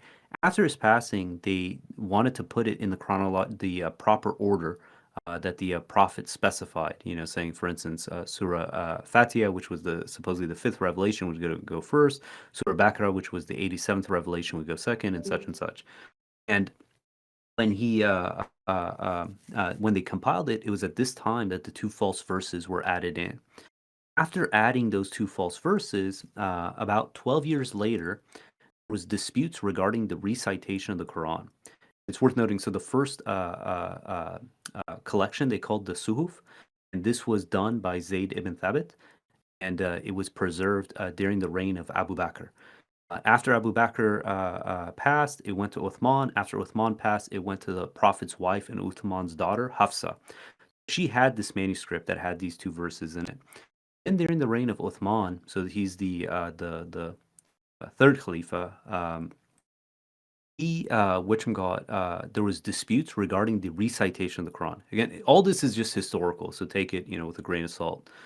And what he wanted to do was the fact that canonizing, similar to what they did in 1924, the whole spelling of the in the manuscripts of the Quran. So they compiled, and it varies by the history.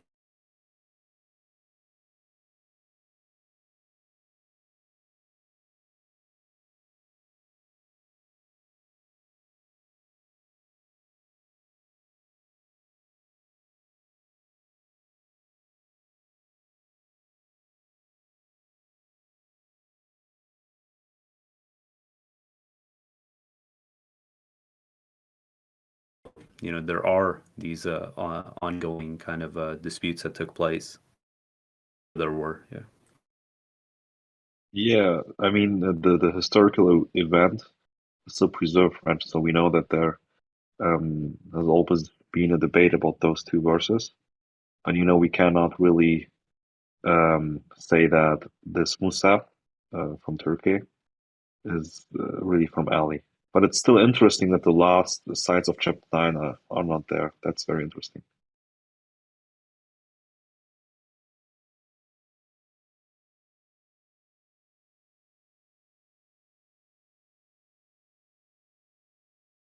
I'm sorry, can you repeat that, Brother Atif, that in your previous comment your previous comment before this last one, that they have found Quran that didn't have those last two verses?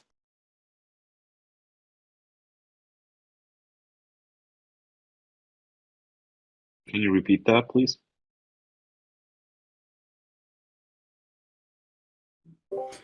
Atif, do you mind just repeating what you said regarding the? I think they just missed the part regarding the manuscript in Turkey.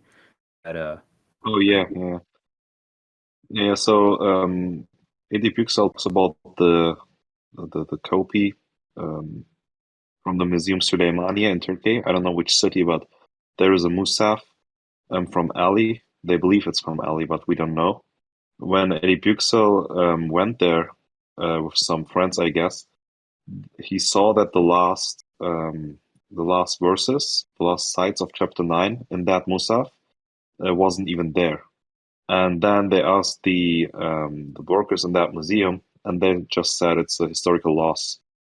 So we don't know if this Musaf in the Museum Süleymaniye is from Ali, but it's still interesting that those verses aren't in there, and they consider it as a historical loss. So, and it's only according to Edip, I've never been there, but according to Edip, the last bits of chapter 9 are lost. So that's very interesting. Yeah. Thank you for sharing. So I wonder if if that Quran, I wonder if it was just a single copy, or if there may be one may be able to access, like if it's kind of like a version that one may be able to access somewhere. I don't know if it's access in the internet, or you mean like going there to this museum and look yourself? I meant access somewhere, like for people who are not going to be going there physically. I don't Do we know. Do we know which museum it is? Or It's the Museum Süleymaniye. I can look it up. Let me check. Interesting. Thank you for sharing. You're welcome. God bless you. Likewise. So it's in Istanbul.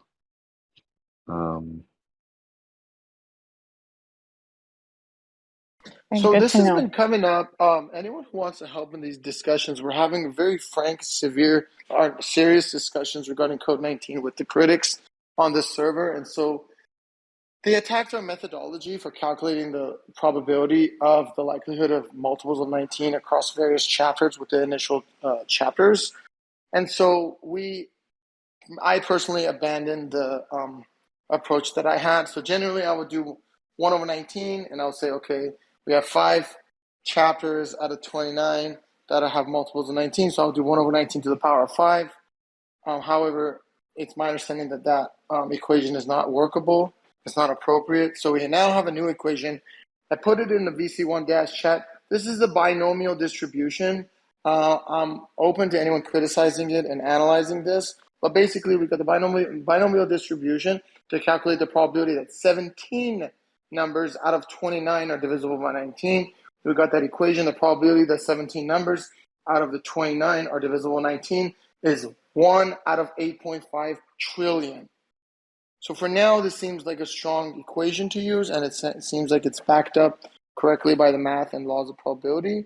But again, if you have anyone that's knowledgeable in math or has something to add to this, please contribute, because this is an ongoing discussion.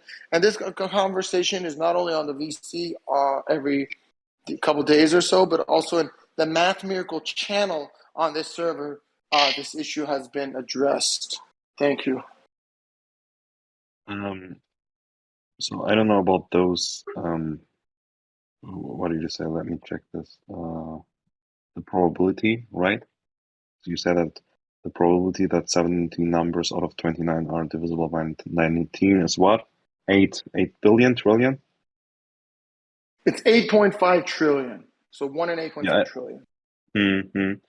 I don't know about that, but I know that at least the Hamim table is 1 to 8 million, just the Hamim table. So basically, we can say if we take the other surahs too, with the Huruf al-Muqatta, we can say that's much, much lower, right? The probability to get those outcomes. So at least the Hamim table is 1 to 8 million. And Gökhan Engin made that, and he's very knowledgeable in math. So, yeah. Maybe I can ask him about the Huruf al-Muqatta, but I don't know. We can contact him.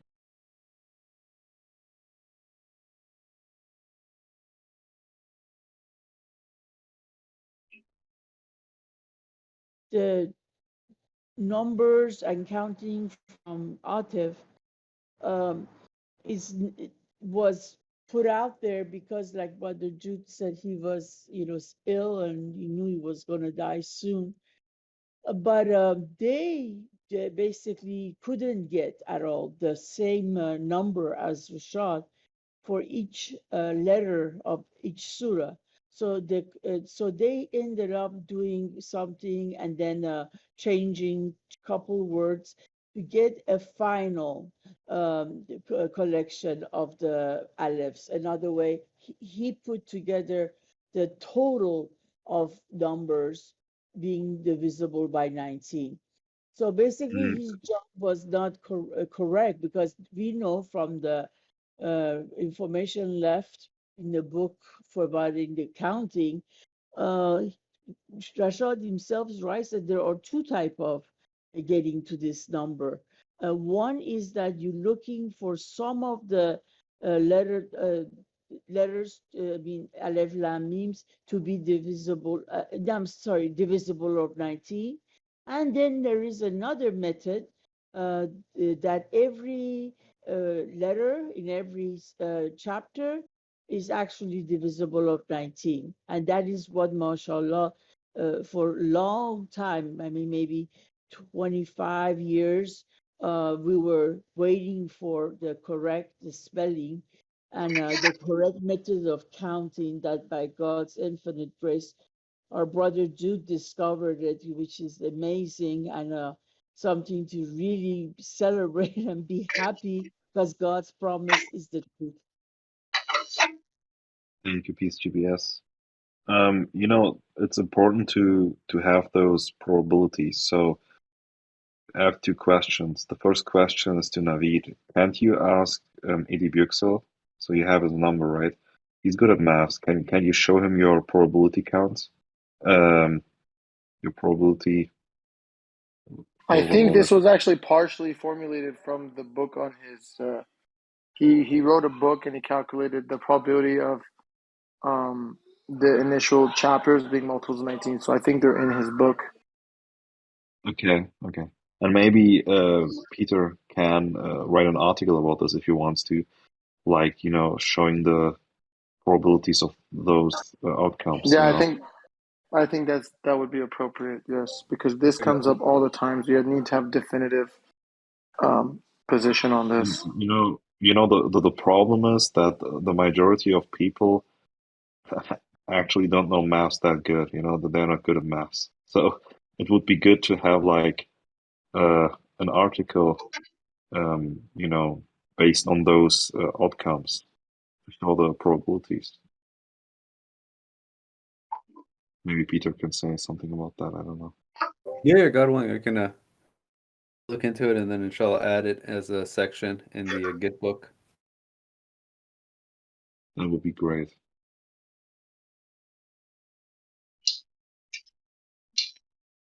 So did I understand that right? That what Brother Naveed is talking about, that what's the probability that if you take like any 29 numbers, that 17 of them are going to be multiples of 19? Is that Yes, 3.1 and 3.5 trillion. 1 in 3.5 trillion? That's correct. That's according to binomial distribution. I put the full equation in the chat. Okay, thank you. Praise God. I'm sorry, 1 in Amazing. 8.5 trillion. Okay, praise God.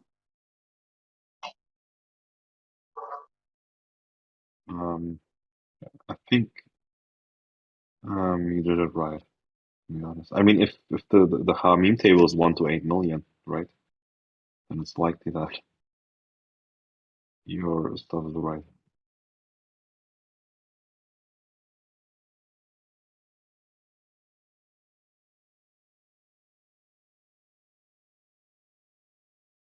Does anyone have any questions or comments or any topics they want to bring up or discuss right now?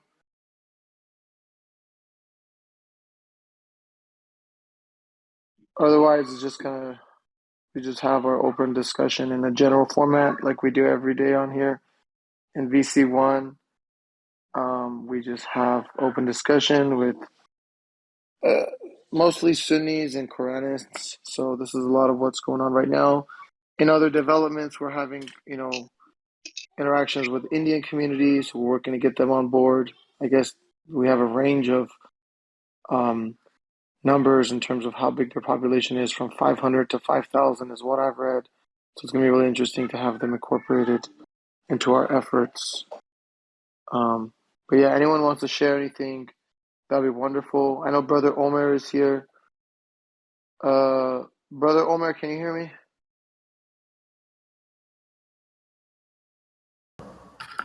Yeah, brother. Assalamu alaikum, brother. Can you tell us about the Turkish conference? That was the first time. It was unprecedented. The Submitters of Turkey held an annual conference for the first time this year. Can you tell us about that and just kind of what your experience was? Brother, honestly, I was feeling like I am in the heaven.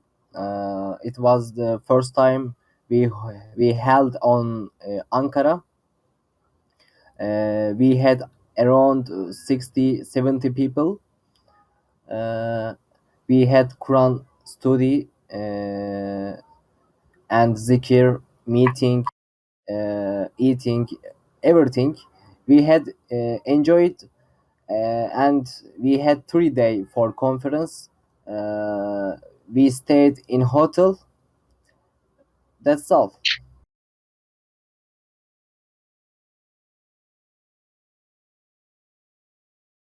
If it was like the hereafter, brother, come on, man. There's got to be more details than that. SubhanAllah. Congratulations. Yeah, but really, I never felt like that. Honestly, I always go to Juma or meeting with submitters, but conference is different because every people come and you just can speak, you know. And really, our community is really very good, because everyone sees each other like a brother or sister. uh, there is a connection I can't describe.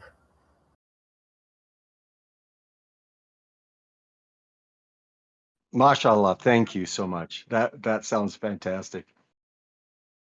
god God bless you, brother. Thank you. God's gift.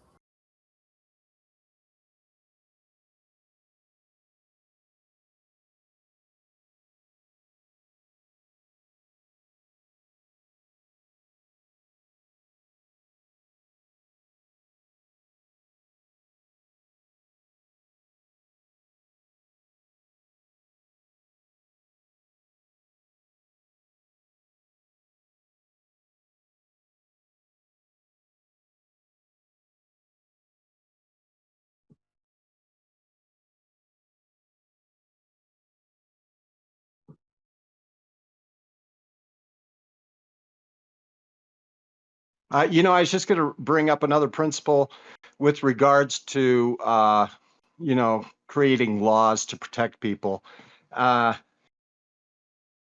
Actually, part of freedom is to, it's your life, and when people create laws to protect me from me, that's crossing a boundary. Now, if my freedom encroaches somebody else, it hurts somebody else, then we have a question.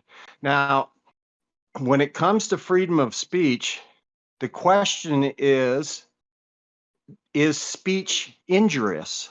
Can somebody's speech injure somebody else? And so when does injury actually begin? To me, that's the question, is like, how much freedom of speech do people have? At what point is your speech injurious? Some people bring up the examples of, for example, promoting fascism, this kind of idea that should be prohibited. But people who are for freedom of speech, in its core principle, they would say no, people have to be allowed to have these things. Like, we have people having speeches on the Ku Klux Klan. They can have their assemblies, and they can promote their ideas because of freedom of speech. The reason why is because if we don't protect all of those people who we are totally against their ideas, if we don't protect their freedom to speak those ideas, then we are setting it up so that we don't have freedom to have our ideas, to freedom of religion from our perspective. So there's the concept of freedom of religion, and then there's the concept of freedom from other people's religion, which that religion may just be atheism or secularism, that kind of thing. So it's a deep topic, and it's worthy to have lots of debates about.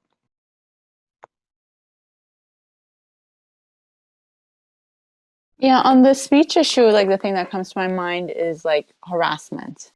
And now there's things that are like laws against harassment, that you can't go around like harassing people. And so I think that would be like a place where you can say whatever you want, as long as you're not hurting other people, you're not infringing other people's boundaries. Yeah, and so there's a subjectivity to that, of at what point does somebody feel harassed? At the other, at the same time, aren't we supposed to develop thick skins? And the Quran says to just disregard them, disregard people, not control them, not shut them up, not keep them. So I've come to I don't know, I'm not all the way there, but I lean more towards physical harm, or threaten physically. Threats are a physical harm. They threaten to move you from your house, threaten to threaten to put you in jail, threaten to come after you, or physical harm, these kinds of things, I see the boundary closer to there. I see that it's our responsibility to thicken our skins. I think that's what the Quran is teaching us when we're just supposed to just say peace and walk away, disregard. That's how I see it.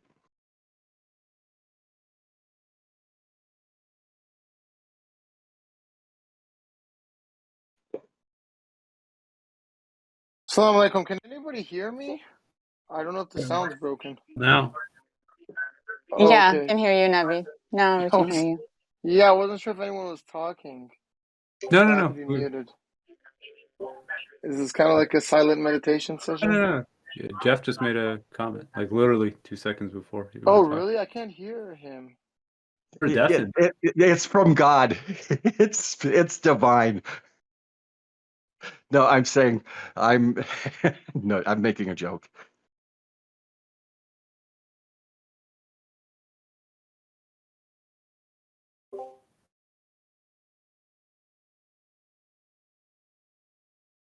I'm conflicted regarding the responses given to some of these people who are critiquing, because part of it is the fact that it's like a lot of the claims they make are just kind of silly.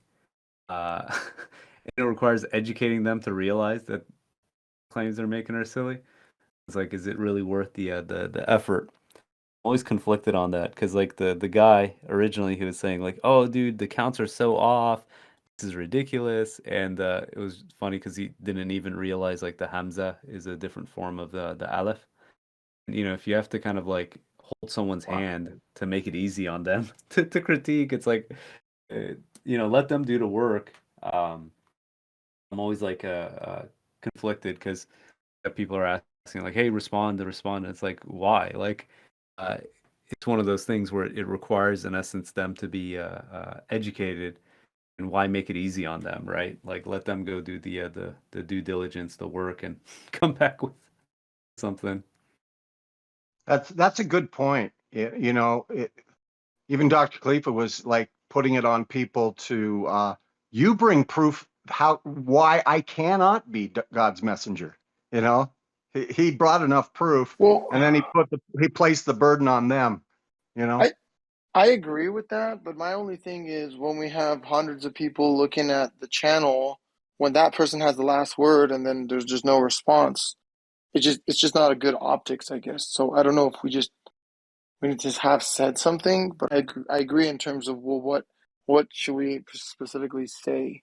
Yeah, it's just You're it's a right. challenge when dealing with someone who doesn't understand, you know, what the probability. Because I asked him, I said, "What's the probability of pulling a random number and it being a multiple of 19?" And it's like, if you can't figure, you know, this basic premise out, showing someone, you know, binomial distribution and like probability, it's like it's just like I'm conflicted on that. Because again, it's like, dude, the chasm between the level of argumentation, like you just end up spending the whole time educating someone on these basic principles. So one idea came to my mind, in case it's helpful, that because this kind of thing I imagine, can take a lot of time, this kind of back and forth.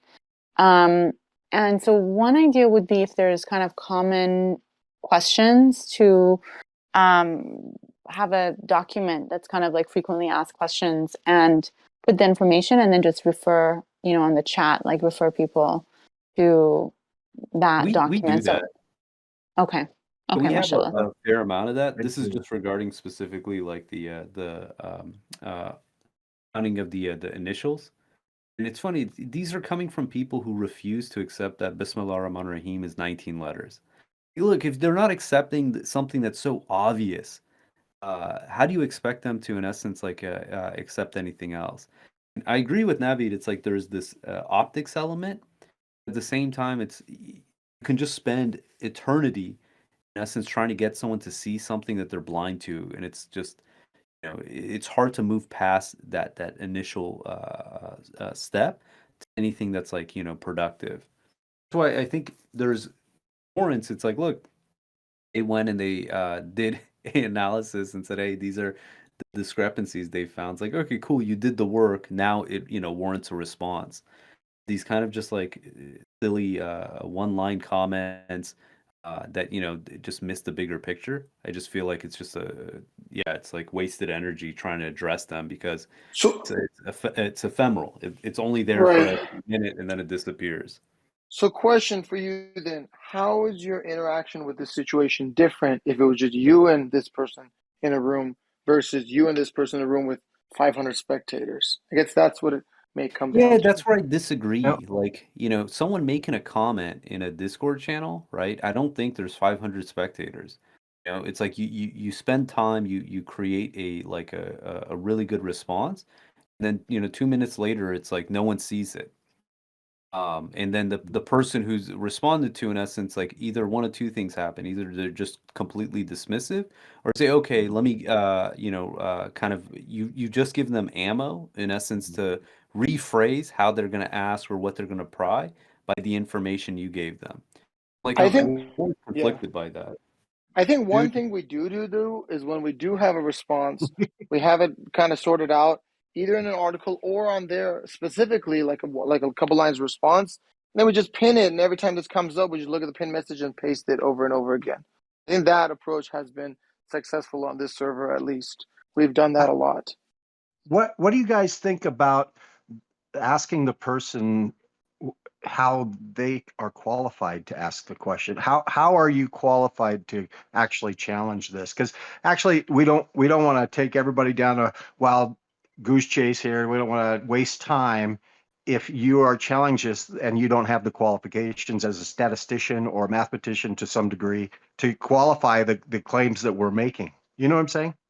It's like what I don't So know if that comes across do you bad. know who? So in this instance, do you know who we're talking about? This is Static XY. Do you remember this Oh, person?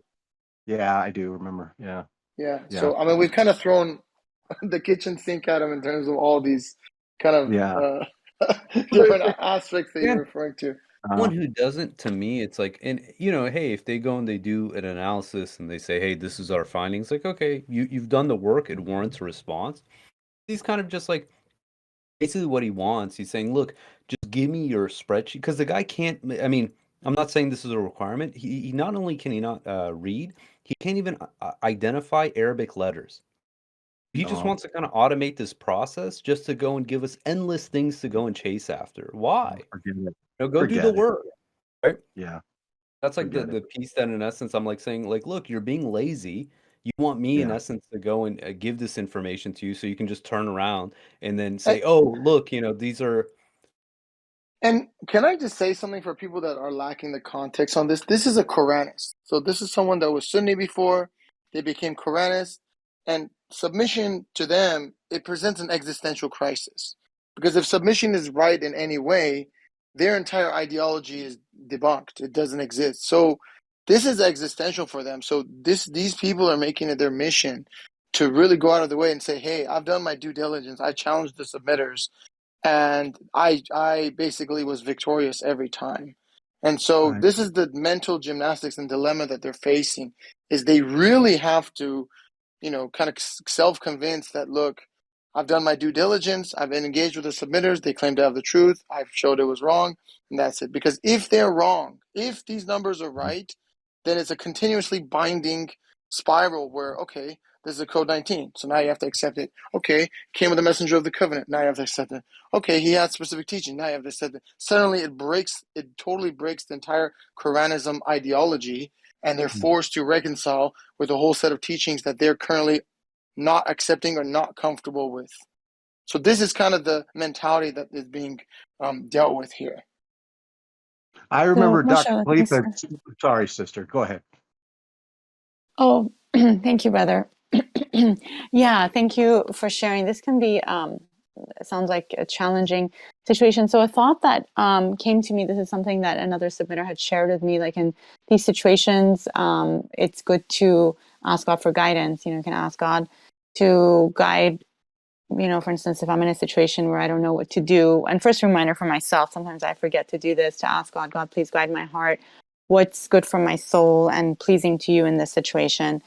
The other thought that I had is, it's not our job to convince anybody. Only God guides. We just present, share our thoughts, or in this case, present the information, and then each soul, has the freedom, and it's between them and God what they choose and what they see. Exactly, and that's kind of been the whole thing. Is we're just covering our bases, basically. Mashallah. We're trying to strive to have a response to various forms of criticism. It's not about this particular individual. These issues come up over and over again. So the more I learn, the more familiar I am with the equations, with the data, with the content, with the approach, the more I'm able to actually present this information for newcomers and every day on a daily basis, where this topic keeps coming up over and over and over again. And so the stronger grasp I have, the better delivery I can provide for the masses, in my capacity, as well as others who are engaged in this kind of dissemination of information sessions. I'd say it's twofold. Mashallah. One, legitimate criticisms, and there's other ones where, in essence, it's like, look, one is arguing just for the sake of arguing. It's almost like responding to them gives credibility to whatever it is they're saying. When someone, in essence, is like doesn't understand, he was arguing that the probability of a random number being a multiple of 19 should actually be 1 out of 18, not 1 out of 19. It's like, dude, I'm not even going to entertain this argument at that point.